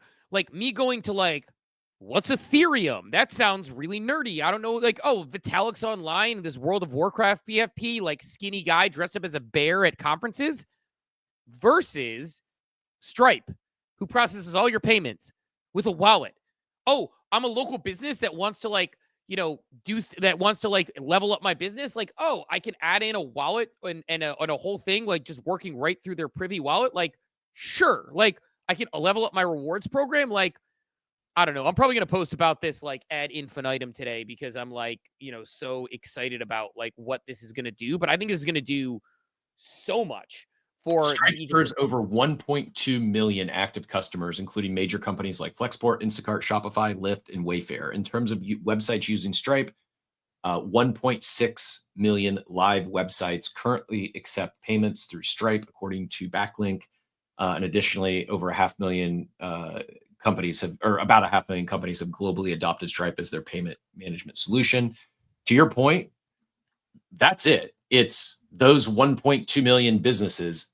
Some of half the Fortune 500s included, their path to accepting crypto and moving their processing on crypto rails, it got very clear. Like, they're not going to have to learn how to do this. It's going to be built for them by Stripe. I also pulled up here that it came from DGen News. There's a Business Wire article. I'll go link to that next. But if you're not watching the video, because I know most people moved over to Spaces now since we're having the audio issues. Again, our apologies there. It says, introducing ARC, an open layer 1 blockchain. ARC is designed to provide an enterprise-grade foundation for stablecoin payments, FX, and capital market applications. The EVM-compatible network features USDC as its native gas, along with integrated stablecoin FX engine, sub-second settlement finality, and opt-in privacy controls. ARC will be fully integrated across Circle's platform and services, which will also remain fully available and interoperable among dozens of other partner blockchains that Circle supports. ARC is expected to launch in public testnet this fall. We're there, man. Like we've reached the age of crypto adoption as it relates to payments. Like stable coins are, and it's not sexy. It's like this cycle, we've got the treasury companies, the ETFs, and I think the other major leading narrative is stablecoins. Didn't exactly see it playing out like this, but can't ignore it anymore. Like it's going to infiltrate everything. You talk about proliferation. We're like a year away from stablecoins proliferating everything. Yeah, I mean, we are very much there. It's like this is all happening very quickly. I know we got hands on stage, so we'll go to them in a minute. But yeah, this is. I guess I get it. I get it. I guess it makes sense for Circle. They're like, this is the thesis I think a lot of people saw playing out, which is like, why? I mean, Jonah was on our stage. USDC and circulation grew 90% year over year. This came from they released their second quarter results, is where that announcement came from. Like, think about that just for a second. Forget everything we talked about. Forget everything, all the exciting stuff. Forget ETFs. This has been around for a while. It's not brand new. It grew 90% year over year, the amount of USDC in circulation. Like, this is just like, this is real signal. Like this, the world is changing right before our eyes. And, and then, oh, by the way, you think about, in addition to its growth, all the now tailwinds they have from Genius Act to like, there's just so much bullish news and signal that you want to say, like, what am I most convicted in? It's not ETH, it's not Bitcoin, it's not Rect. It's my leading conviction is stablecoins are simply they're going to be in every aspect of our life. You're going to have the ability to pay with crypto, whether you know it or not, on almost every website, almost any store. Like this is happening. I can't be convinced otherwise, Steve. Yeah, man. It's you want to talk about down horrendously, by the way. I have a person I went to high school with who works at Circle, I believe still, who I had lunch with 2 years ago. And I was Mr. JPEG doing my thing in the East streets. And I was like, stable coins. Dork. Boring dork. Like, no, but like really, like, I mean, I thought it was interesting, but like, I'm like, this is interesting, but like, I'm sure it'll happen, but like, whatever. Like, I just paid it no mind. That was like an eight-figure fumble, that lunch, Steve. I should have asked him for a job. Like, I was sitting there. Look, it's like, what am I doing? Web3 companies need comms and PR help, and we these JPEGs need to listen to us and do a better job. Like, yeah, you had the layup of all layups right there over lunch that day. Have you just got on board with Circle? I'll tell you what, when Silicon Valley Bank happened, I thought I was really smart, and then it was just fine, and they didn't have any issues, and I'm down horrendously, basically, is where I'm at, because that was the amount of rooms I'm in where I just fumble stuff like that later on. But on the flip side, there's been opportunities that have, I mean, like, I didn't go work for Pixel Vault, so I mean, that's good, right? It's we kind of did, actually, but... Yeah, I guess you're right. We did. Well, did we if we didn't get paid? So, yeah. We volunteered some advising at Pixel Vault. We did some volunteer advising for some honoraries from Chris Wall because people out there getting Circle pre-IPO shares, and we were out here thinking we were smart by volunteering our time with the company that just raised. We're like, oh man, look at this, hundreds of thousands of dollars from this company that just raised $100 million. Like we're gonna get hundreds of thousands of dollars in token. We got zero in token. We got rugged, and we ended up with some honoraries from Chris Wall. With that, by the way, did it just stop? Like, I thought like there for a minute it seemed like they were considering multiple offers and was going to get sold to Beanie or Chris Wall and some former employees. Like, nothing came out of that, right? No movement yet. No movement yet that I know of. I mean, if these acquisitions happen, no one's filed a class action against G-Funk, and he's still walking the streets as a free man. Is that accurate? That is accurate as far as I know. So, but anyway, yeah, I putting the train back on the tracks. Yes, Circle, big, own blockchain makes sense. I get it. It makes a little more sense now. Stripe building their own blockchain. Again, they're building an L1, which means that other people can build on top of their blockchain, which gives them the ability to reach out to businesses that are working with them, and they can provide the picks, the shovels, and the ground you mine out of. Is kind of what's happening here. If I had to make a on the spot analogy, because they have the Privy wallet and they have a blockchain now. again, I'll say it again, and then we'll flip around the horn to the. I know we have hands. I only see Gelazzo's hand, but I know Drew and Matt had their hands up, so we'll go to them in a minute. We'll go to Gelazzo first in a second, but I just want to hammer home: familiarity matters. Like, you're more likely to do business. Like, my mom will do business when her financial advisor tells her something before her crazy crypto JPEG son. Like, when that person says, "Have you looked at this?" If a friend or there's a reason why on the Trust Index, recommendation from a friend and family member, or now influencers online, are much higher trust index than advertising or PR. It used to be advertising was low, PR was higher, because PR was a news outlet telling you. Well, news trust is eroded, and advertising obviously is advertising. If it's funny, it gets your attention, maybe you'll try it. Familiarity matters. It is the biggest currency you have. Stripe is familiar for local businesses. Stripe is familiar for major businesses, and with $1.4 trillion floating around, stablecoins make sense for them. A blockchain makes sense for them. A custodial wallet makes sense for them. The using single social sign-on. Companies are way more accessible when they hear Stripe's doing it than when they're like, again, Ethereum, the guy in the bear suit who shows up at conferences, not as much of a selling point. Who throws hard R words online, like, not as much of a selling point as maybe seeing it from Stripe. But real quick on that, you just like unlocked something for me. We've been giving Tom Lee and Joseph Lubin a lot of credit. I've been giving them credit about their media tours. I also was pretty hard on Vitalik, especially at the depths of, not even really the depths of the bear, but if you've been listening to the show, there was points I nearly capitulated on my ETH. The main reason being some of the shit he was saying, I was almost embarrassed to be promoting ETH. I'm like, freedom of speech, say whatever you want. But when you're the face of something that is now become a accepted product, accepted financial asset by all these traditional institutions, like it wasn't congruent. Like, it was a miss. Like, they needed ETH and Ethereum Foundation needed a better frontman than Vitalik. All the respect in the world of Vitalik. Incredible what they've built to this point.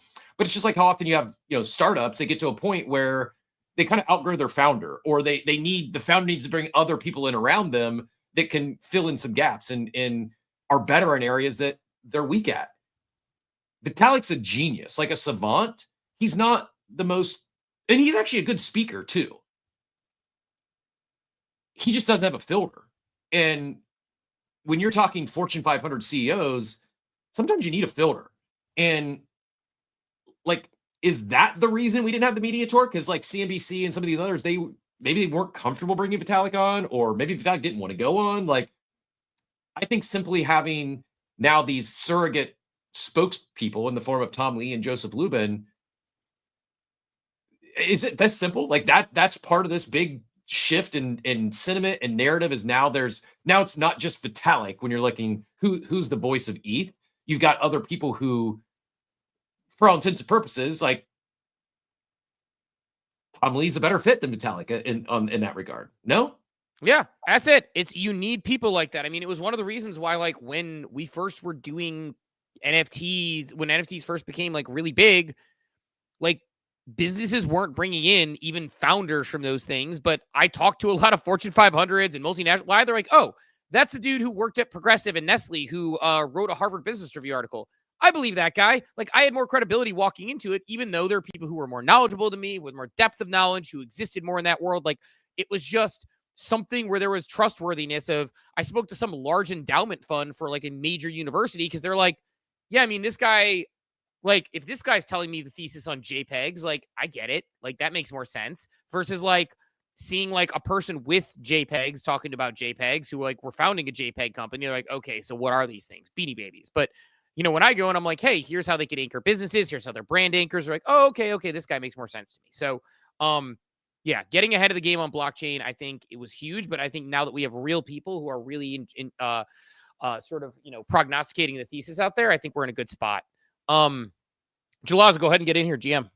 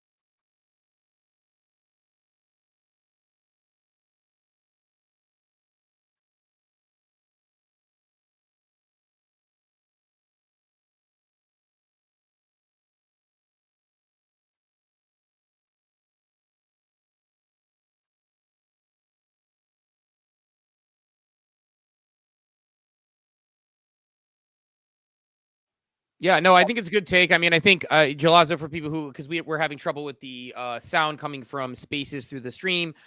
He did say the future is multi-chain, and people are going to use the AI apps that overlay it. I do think there are two theses going on right now. The only pushback I'd have on it, I generally agree with your take. I've kind of always felt that way, that blockchain's infra and what's built on it matters. It's like you don't care that Amazon Web Services builds. What you care about is not Amazon Web Services product. You care that you order a stick of deodorant and it shows up your house the same day because it works, right? You care about what works on there. And I think very similarly, though, there are different methodologies here. Abstract is going a different way. You see some of these ecosystems who are building that direction, right? Where, I know obviously you're not speaking on behalf of any companies you have, but I think about like Flow, you got the badge, Flow is really great dApps. I don't think people think of Disney's pins as being on Flow, right? Like they just think like, oh, this is Disney app, right? People outside of the ecosystem in particularly, right? Like I think I saw Carson tweet about it the other day, Carson Turner. I think the average person, like in our space, we're like, oh, NBA Top Shots Flow. But, pardon my take, the number one sports podcast in the world, when they talk about, or at least in the, on the Apple Store, I don't know if they're number one in the world, if there's like some soccer podcast or something, but number one sports podcast, pardon my take, they got an NBA Top Shot. They were like, and it's built on Flow. They're like, oh, it's NBA Top Shot. Like that's where people look at it. They look at it like these are apps that work on the blockchain.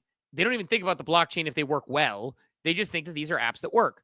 And so I agree with that thesis. However, I do think you see Abstract going a different direction where they've created a whole store. ApeChain is very much pushing ApeChain on top and talking about building on ApeChain. Now we are in the space, we are in our echo chamber, but there are blockchains. Blast was one of the early ones to do it, and then they kind of seemed to fade a little bit, or did fade a little bit, a lot bit. But yeah, like it just depends. Like Hyperliquid, people talk constantly about things that are built on hype, right? So like I think there are, we're seeing it with Monad TGE coming, use Monad's testnet. Mega ETH, a lot of discussion around that. And maybe as they continue to scale, that won't be the case. But for the time being, Abstract is the sort of exact example of they're going to have an Abstract app. And they have a whole store where you can find and discover apps through the Abstract App Store, or effectively in the front end of their webpage. They're coming out with an app, they said. So there is a thesis that the blockchain can be the curator, and going to that blockchain and creating sort of a favorable brand around a blockchain, versus a lot of people are like, I don't need to create a favorable brand around Azure or something else. I create a favorable brand around I create a favorable brand around the brands that are on the chain, and then people will use the chain. So different thesis, but just throwing it out there. Go ahead, Cap. Quick correction, and then I'll let you get the rest of the hands here. Yeah, Joey mentioned the word Stripe is not publicly traded yet. I think it'll be probably one of the golden IPOs of, I don't know if this year or soon, but they did this is back in February. I mean, they had a secondary stock offer to employees and shareholders that put the value at north of 90 billion, 91.5 billion. So just to give you an idea of the scope, and yeah, that'll be one for all you Robinhooders. Probably keep an eye on that IPO when it happens. Yeah, keeping an eye on it. I will certainly be keeping an eye on it. I will be trying to do that. But Jalazo, I know you put your hand back up, so go ahead and get back in here.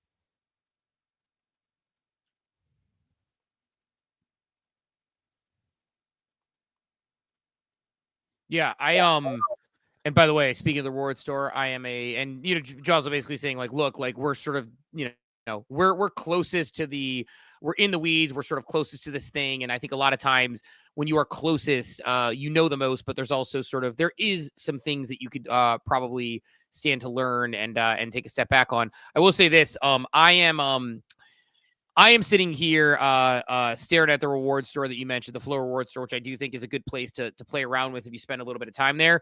I'm once my boxes are all, I'll unlock all my keys because I have a shitload of keys and only a handful of boxes that I'm earning on a daily basis with some DeFi stuff. Once my boxes are all unlock all my keys, about halfway to an iPad. I want to get that iPad. I haven't needed or used an iPad for a while. Want the iPad. I'm keeping an eye on the reward store. So one day is my goal here to continue to use this stuff and eventually get that iPad 16 Pro 1 terabyte. I'm staring down. The 11-inch 560 gig, I'm more than halfway to, I believe. So, but the 1 terabyte. Oh, that's the iPhone 16 1 terabyte. Yeah. So I am about half. I take that back. Scratch that.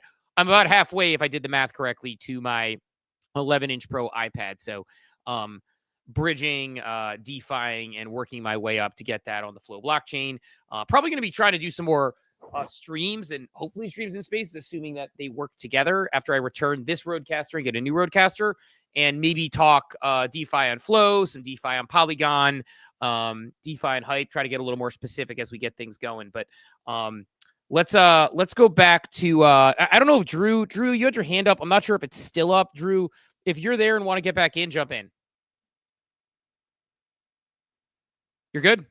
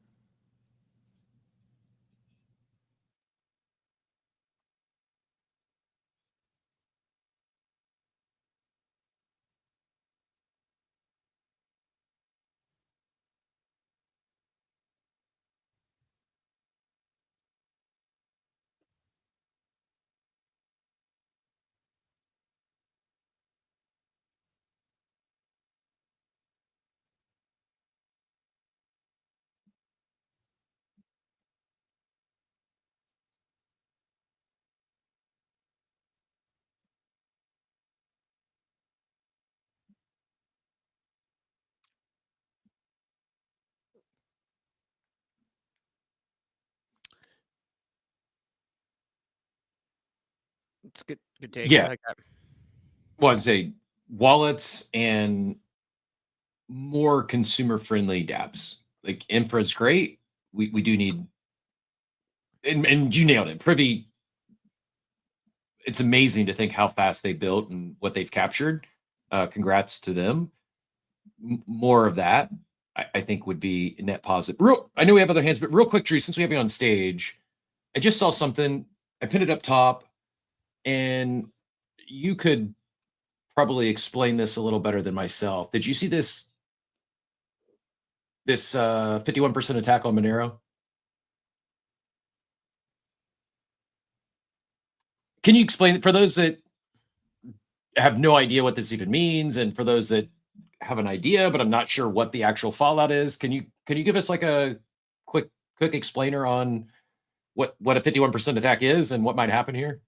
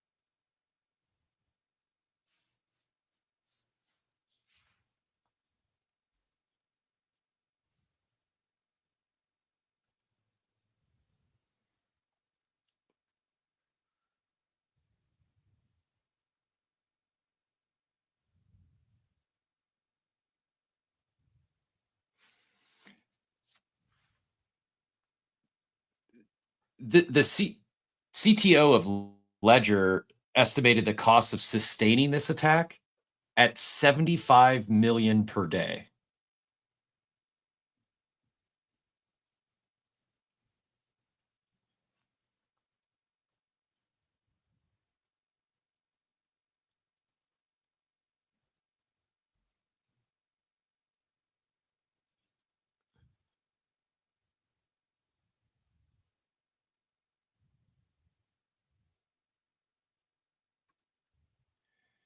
And I'm not even really familiar with Monero. It's just a privacy chain. That's all I know about it, but I've never done anything on it.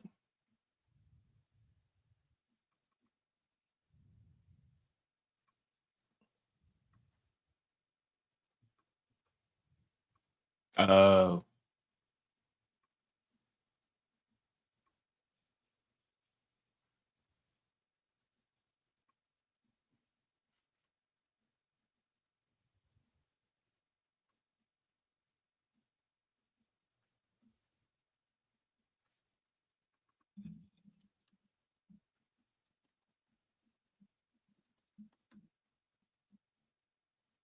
got it. Well, I appreciate the update and the insight there.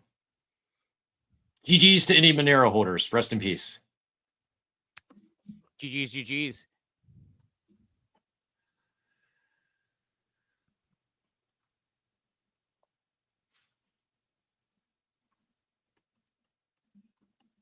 You would think at the cost it takes to do this, that this Quibic group or whoever did this takeover is like, I'm guessing financially motivated here. Like they're going to dump this token. Like what?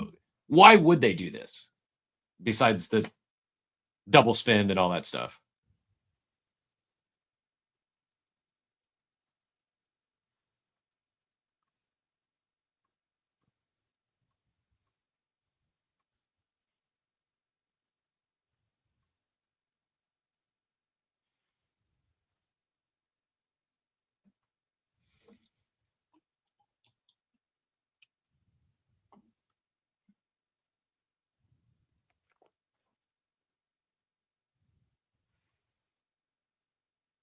Wild. Yeah, to your point, only down 5% on the day, which is kind of crazy. Maybe crazier than the 51% attack. Yeah, the 51% attack is wild. So, well, stay safe out there. Always risks. Matt, saw your hand up as well. Go ahead and get in here.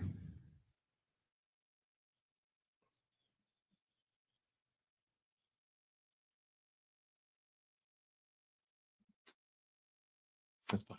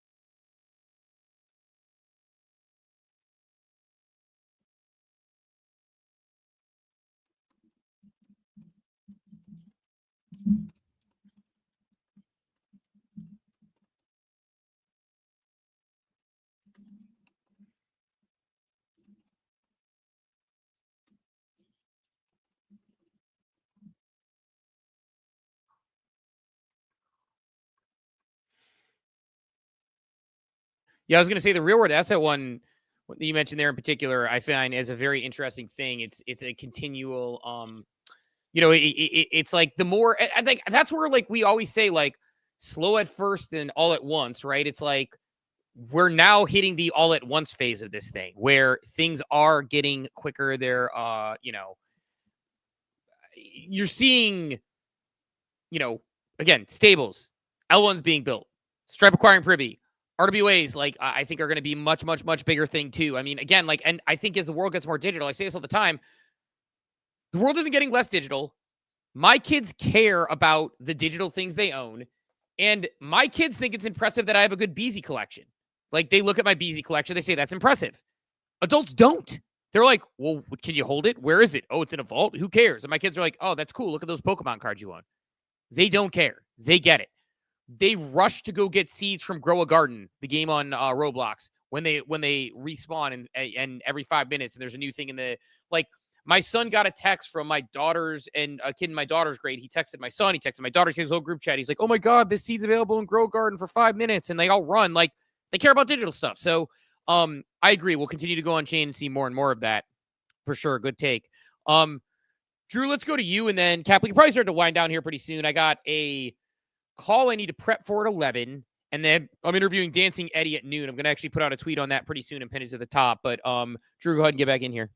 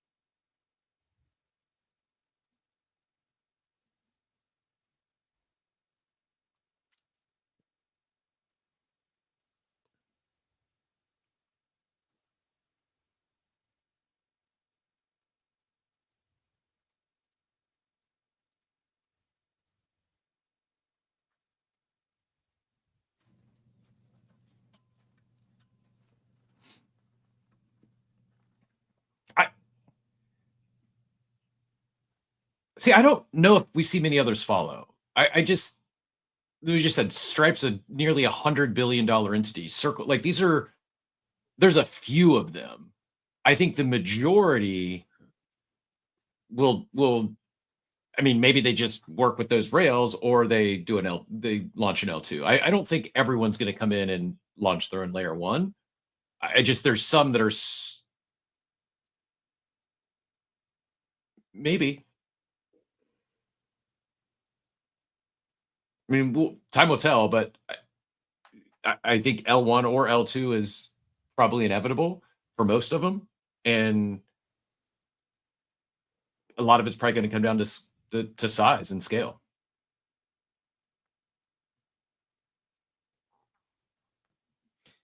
Yeah, agree. I mean, I think it's like there's this idea that like again, Jonah was on the show a while ago and basically was like, oh, these bigger, any company that's really big will build their own blockchain. Like I could see that happening, but like whether it's a layer 1, layer 2, however they go about it, right? It's like, but layer 1 I know is the discussion point here. I just think Stripe, I think Cap, to your point, Stripe's a different animal. Like it's just a different animal. Like it's just, and I think we also need to see how it plays out. Like maybe it doesn't play out well for them. Like I don't know. Like it's going to be a fascinating thing to see play out, because like this is why I love being in early stage tech in general. I like the fact that we're ahead of the game, that we're super early, that we're able to see these things unfold, because there's so many theses that we see that we like are so certain that don't end up happening. There are other ones that do. I think this is another thing that's being tested that we'll see, and Stripe's making a big play. I think Stripe is probably an exception to the rule, that they're trying to come in and make a big, like people are like, oh, it's an Ethereum killer. It's not an Ethereum killer. It's EVM compatible. EVM chains are going to work with it. It's just, I don't know. Like I saw somebody being like, what's why EVM, L1? That makes no sense. Like EVM compatible L1. It's like, that's what Flow is. Flow is now an EVM compatible L1, and they're trying to build consumer crypto dApps, right? It's like there are, L1s. You don't have to be a side chain or an L2. You can exist in that, place. And, in fact, Flow has made a tremendous amount of effort. If you see, even with some of their recent announcements with their developer community and the things that they announced yesterday. And I know there's going to be more in the next couple of days to talk about Flow related. I think Thursday, their sort of like lead blockchain person is going to be talking in New York. But yeah, it's like they made a tremendous effort to go EVM compatible as an L1, so that you could be interoperable with it, with EVM developers, with EVM dApps. So I think there's opportunity there. I think it's a thing. So see where it goes. But Cap, I know we're about to hit the 10 o'clock hour. Like I said, I know you got to get out of here. I got one other thing if we can hit it real quick. Maybe. Yeah, let's for sure hit it. We're good. I got till, I like basically say I have a call at I think 11, but just want to make sure I'm fully prepped for that. And then I have Eddie. I pinned to the top, by the way. I have Dancing Eddie. I'm interviewing him at noon. I meant to put out a tweet this morning, just remembered. So I popped out my AI tweet with my AI imagery anyway today. So if people want to swing through that, I'm gonna ask him about some of his hot takes. He's got some hot takes, and I have a few bookmarked that I'm gonna bring up to ask him about. So gonna ask him about those, crypto law, and some other stuff. But Cap, what do you got? Again, more of just a setup for a future conversation, because it's probably a deeper dive on several fronts. But I just felt this is worth noting here.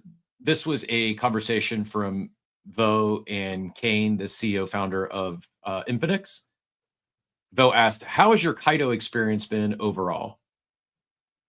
Kane says, amazing, then great, then okay, then middling, then meh, then concerning, then terrible, then horrifying, in that order. So then Vo quote tweets that or screenshot that and says, as mentioned previously, companies are going to start seeing diminishing returns the longer Kaito exists. We've talked about diminishing returns for a while here for those that are doing Kaito campaigns. Kaito requires companies to pay 1 year of service in advance. That's $150K for the year. Does not include rewards. And if companies want to add rewards, which is the whole point, they have to fork up even more money or their token. Many founders, teams, especially as those that were listed early, are getting increasingly frustrated. AI slop, spam, bots, and low-quality content is still running rampant. Unfortunately, now, some of the higher quality creators are being botted by Kaito farmers. This has forced a few into making their accounts private in order to avoid suspension. At this point, most reputable KOLs have completely written off InfoFi because of the immense amount of spam and slop that each of them receive on their own, completely unrelated post. I'd go as far as say InfoFi has negative connotation these days. I could not imagine being in the shoes of one of these larger companies like Infinix or Polkadot and see fairly low impact after putting up so much money to get listed, and even more money to reward users. I feel even worse for the companies that are giving a sizable percent of their token to yappers. I hope Kaito can turn this around because the tech and concept are great, but the experience for everyone, users, non-users, and businesses is getting worse and worse. I don't disagree with anything she said there, but my big takeaway is I think Kaito's going to have to make some changes soon, or we are going to see some of these competitors make those changes and start quickly taking market share that Kaito had in the lead spot they have in the InfoFi race. So that's it. I think there's a couple things here. I think one, let's get a bunch of things on the table here. Vo is a ambassador for Z. So she's ripping Kaito. She's an ambassador for Z. 2, Vo has hacked InfoFi, where she's one of the top people in crypto Twitter talking about InfoFi every day. Now, this isn't me knocking her because I actually respect her hustle. I really like Vo. Like she's somebody who I've, worked with to a degree in the past, I'm educating ambassador. So I'm not saying this is a negative. I said before, I was thinking she's one of the best, if not the best in the game for that, taking that approach to InfoFi, where oftentimes she's dunking on or making fun of InfoFi or taking a shot at something there. She's playing the game. She's getting a ton of yaps for that. Like this post I just shared, she's going to get a ton of yaps for her. Like I get it. And I fully respect how well she plays the game. Exactly. I mean, so I think one, important to know that where her bread is buttered to a point, you should know, she is an ambassador for Z, right? Number 2, she is in the, InfoFi game. It's like when we talk about creators talking about creating content for creators and whether content's good, bad, whatever, this is sort of that with InfoFi. Number 3, I agree. It's got to get better because competitors will eat their lunch and they do need to do better. They did just release a bunch of updates where you could have more focused campaigns, but I don't know. I'll give an example in the past 7 days since they put their updates in, just because I'm hyper familiar with this one because I'm on the leaderboard because I've been talking about Polygon, organically talking about Polygon, right? That's what I've been doing. I'm number 3 on the leaderboard, or 4 on the leaderboard now. Smokey works for Polygon. Rudo works for Polygon. Frisk talks about Polygon. Me, Neil works for Polygon. Mark, God, I'm smack dab. Frisk and I are smack dab in the middle of a Polygon employee sandwich. Diana works for Polygon. Actually, 8. Geez, of the top 8, Frisk and I are the anomalies here. But that's probably right. And then I don't know everybody here. I know No Futuristic was really big on Katana, talks about it. Jonah talks about being on Polygon. I don't know all the people on this list. Carlitos Way does. But I know some of the people on this list, and it is Timmy works for Polygon. A lot of these people are deep in the ecosystem and actually talk about, Sansa. So I look at the top 50. Is there some AI stuff on there? Sure. And they've called that out. But I look at the last week since they put in the update and I see a bunch of employees, me who's actually using the protocol, talking about it regularly and actually organically, I was poking around their site. I noticed they have an airdrop section. I tweeted about the airdrop section. It's not spam. It's useful content. It's useful for Polygon in the sense that people are now discovering it. I talked about staking my money on there. That's useful. And I'm not saying I'm the simple anomaly, but I think for a lot of people, it is getting better. Now, do I think people are going to get their lunch eaten? Yes, absolutely. Do I think that it needs to be improved? 100%. Do I think Infinex probably ran in at a time when it was more experimental and there was a lot of issues? For sure. I think that there's definitely improvements that need to be had there. I think there's definitely issues that need to be solved in InfoFi. I know when they put in the update last week, they have. But I think that there is a thing to be said about it's going to be an improving sector as they do better. There is a lot of AI spam crap. Oh, good, we got Vo. Vo's going to jump up. We'll let her speak for herself. But I think it's important to understand it's an evolving thing. Do I agree with you, Cap? Yes, I think that other brands are going to absolutely eat their lunch if Kaito doesn't improve on that. And by the way, I was critical of that. I made a comment about Kaito launching a launch pad, doing nothing with the staking, doing nothing with the NFTs, launching a launch pad, and using their leaderboards as a way to funnel people into even worse than KOL rounds, by the way, is something I would call it, right? Because when you get to a KOL round, you're way down the stream, you've missed the investors, everything else. And they're here's a launch pad that you have access to if you're on a leaderboard. I was actually very worried about the direction Kaito was going there. I think the latest updates I've seen, that I have seen people ranking a little bit better and some things popping up more. I think there's always going to be AI slop and spam, and they're going to have to fight that constantly. No different than other farming has to be. Like OpenSea has to fight slop and AI on their and bots on their rewards program. Sorry, go ahead, Captain. We'll bring Bo in. I would like to get more of Kane's thoughts on this, because I think it's got to be deeper than just the AI slop for him to think it's went horrific or whatever that we just quoted from Bo there in a second. I'll pull that tweet up when I'm done, because looking at the Infinex leaderboard, I mean, I don't know every one of these users, but similar to Polygon, it looks legit. You know, like the ones that are ranking on here are, you know, B-Check talks about Infinex and he doesn't do so in an AI slop way. Like there's got to be something else that's Kane feels that they're losing, or it's gotten so much more worse beyond just AI slop. And Kane also got in an argument the other day in the timeline with somebody who, I think it was Jack, who does all the clips for all the streamers. And he was like high in the Infinex leaderboard, and suddenly he dumped and asked about it. And they said, just take your free money, you idiot, or something like that. And then like yanked it. So like, not great. Sorry, keep going, Cap. But that we're saying that, like, I think Infinex has had their own issues as well. Fair. So Vo, appreciate you jumping in. We were just talking about you in this post. GM, welcome.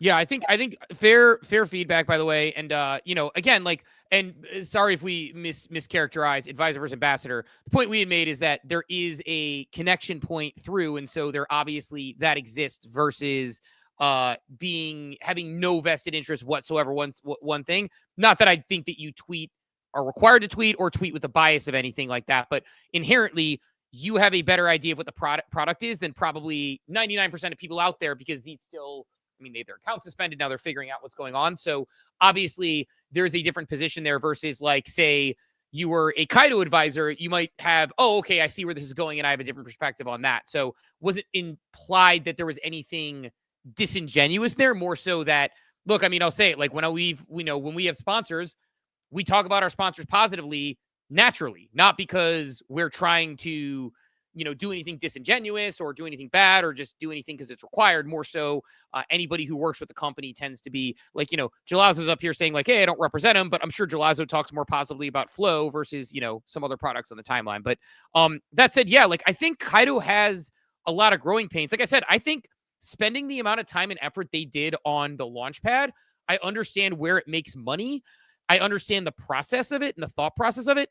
I don't like the concept of the Launchpad comparatively to all the things they could have done that would have improved InfoFi and AttentionFi, which I know I haven't had a call with Pons or anything, but I know from having him on the show, he seems keenly interested in doing, which I find important, because I think InfoFi has a ton of promise. I wrote like a 2,500 word article or, you know, on InfoFi, because I think there's so much promise in actually amplifying and rewarding your fans and the best people. I think there could be a lot more plugins and opportunities to show the value of that. What I struggle with is, I think that Kaito is making efforts on AI slot, but I think they are spreading themselves thin when they're like, well, the Capital Launchpad's a moneymaker, so let's funnel people to a Capital Launchpad based on certain staking requirements and certain leaderboard requirements, even airdrops where they're like, we allocate it to people who stake 5,000 Kaito. It's like, all right, well, that's a barrier to entry that is maybe not in the spirit of InfoFi quite as much. So I don't love, I have seen better usage of their leaderboard since they put in the update about 7 days ago, at least where I participated. I've seen better people. Like I just use the Polygon one as an example. I think, 8 of the top 10 people are team members, which makes sense. That is people who should be invested in talking about Polygon. Definitely think there's an opportunity for them to do a better job. And I'd like to see them invest more in the actual info side of the business, because I was very, very, very bearish in the Capital Launchpad where a lot of people were bullish, and I caught a lot of shit for it. And I think, again, it's, I think Beast might even had a tweet the other day where he was like, when everybody is so early, nobody is early. And so I just think that, opportunity there for sure. And I saw that it was, for your sake, it was a conversation specifically about his involvement and experience with it. I think my feedback to InfoFi on the straight level was, if I'm InfoFi, let's say I'm Polygon, for example, I'll just use Polygon as an example because they're on there. Why don't you give a boost for anyone talking about Polygon? But specifically, Katana gets a boost right now. I know Katana had their own leaderboard at some point, but it's like you could have keywords tied to specific products and services, have those products and services get a bigger boost. You could have people connect wallets and potentially get even more information about the NFTs they hold, their activity actually on the chain. So like you would see, like for me in Polygon, I would connect. They'd be like, oh, okay, this person did stake Polygon. They should be higher on the leaderboard, similar to somebody should be higher on a leaderboard for, a football team if they're buying gear and going to games. So I think there's more inputs to be had there.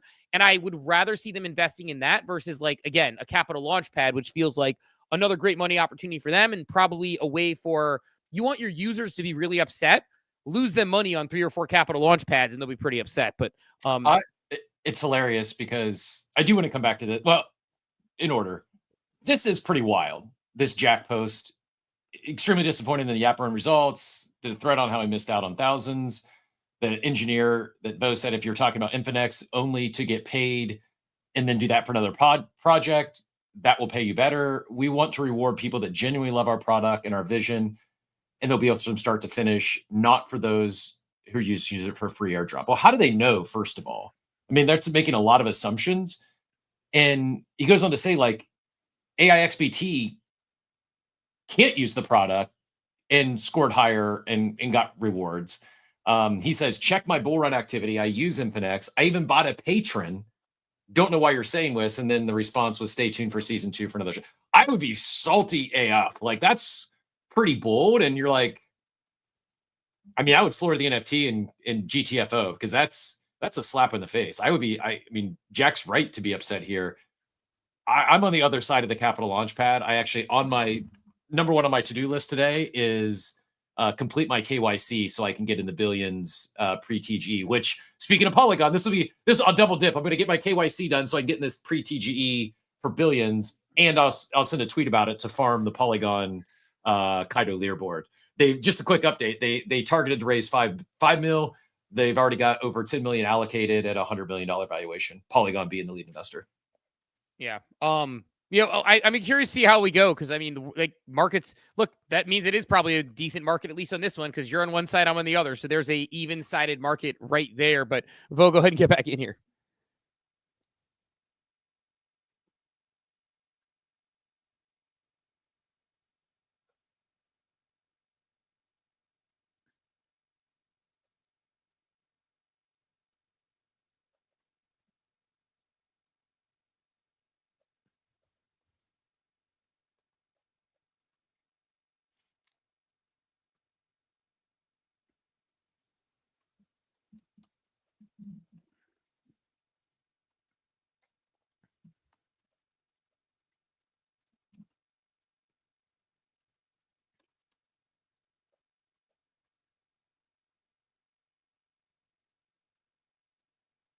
Yeah, two things about that I'll say on that one, because I actually totally agree. I mean, I think it's obviously it's a marketing tool and it's trying to get people talking about it, and they're trying to find other people using it, whether it's their users or otherwise. But I think this is one of the reasons why evergreen leaderboards with more sporadic prizes are something that InfoFi probably needs. Like I've said this, like again, I'll use the New York Yankees as an example that I've used in my particular article, like that I talked about. I think if you're a New York Yankees fan, like just talking about your New York Yankees, the New York Yankees isn't necessarily like a good indicator if you're a fan, but like, I don't know, if you have a fandom leaderboard that pulls social media data, pulls in ticket purchases, merchandise orders, off, attendance of fan fests. Like if someone posts weekly to a large following, but hasn't been to a game 5 years, do they outrank somebody who actually shows up to games? And then having like smarter leaderboards where they're actually, evergreen or seasonal. Have a product-based leaderboard. Hey, we're featuring this product this month. You get the marketing in that product that month. You're able to get more people talking about it. You're able to get more people using it, and you'll actually retain some of that user base. Or an evergreen leaderboard where you actually reward consistency and long-term. There's sporadic prizes. You randomly reward your top 25 people. Things like that, I think, are probably the future of this outside of our space, because I can see blockchain really giving some powerful info to companies. Because I always look at this thing as somebody who worked at Progressive, who worked at Nestle, who thought about how people talked about us and who our fans were. And I would love the information that InfoFi can get if it uses the blockchain with things that are fully on chain. I don't think the way that it's working right now, where it's like work towards an airdrop, it's one of the reasons I'm actually super pumped. We talked a little bit about Moonbirds earlier. I'm stoked about the Moonbirds leaderboard because there's going to be people who hold Moonbirds, who exist in that community. They're going to be creating content around the NFTs. They're going to be creating content around the IP, around the game. I think Moonbirds is going to be a far better example of users using the product and doing the thing than a lot of these random protocols that are trying to just get attention, and then they go to a TGE and that's the end of it. And, we had, Brett's been on the show before. He mentioned at one point, he's like, we need to give out some tokens at some point. Kaito's a leaderboard where we can give out some tokens. We're going to know who talks about us.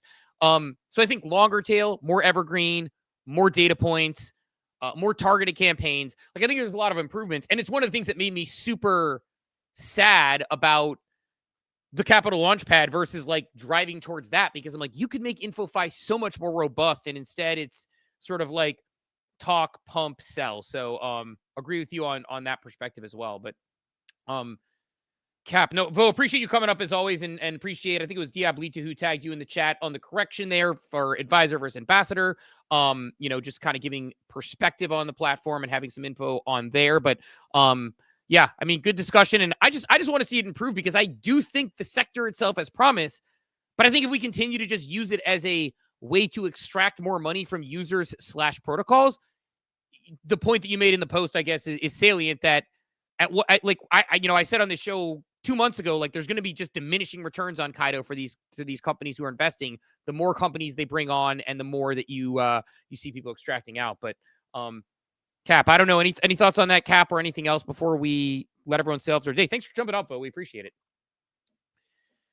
Yeah, appreciate everyone who added the convo today. Appreciate everyone who powered through the audio issues. We'll figure out what's going on with the YouTube and the abstract stream. We'll get audio working from guests. Hopefully it's by tomorrow. But yeah, good day. Good things. You thought it was gonna be a slow news day, and here we are 15 minutes after. So yeah, Stripe. I'm going to be talking more about Stripe. I just think we are like, people on the layer 1 blockchain with Stripe are just sleeping on that familiarity, and the fact that the same way that your mom and dad are willing to buy Bitcoin and ETF, the same way that Harvard is willing to buy Bitcoin and ETF but wasn't holding Bitcoin spot, large companies that weren't on the blockchain that see a Privy wallet and a Stripe blockchain are going to be more willing to use the blockchain. It's just they already do business with them. It's an easy conversation with their current clients and their current customer success rep. So, bullish, Cap, bullish. So much fucking higher. Higher indeed. Cool. Well, let's let everyone sail off, man. Good conversation this morning. Thanks to everyone who came up to speak. Even with the Spaces issues, we'll work through those and try to figure out exactly what we need to do to get Spaces audio coming to the stream. We've done our best job translating Spaces to stream, so thanks to all who stuck with us with that. We will talk to everybody bright and early tomorrow morning at 8 a.m. Eastern time. Have a wonderful, wonderful day, everybody. Thanks for tuning into Coffee with Captain, powered by ApeCoin. We hope you enjoyed the show, and remember, nothing we discussed today is financial advice. Until next time, keep exploring, stay curious, and we'll see you soon. Have a great day. Welcome to the future.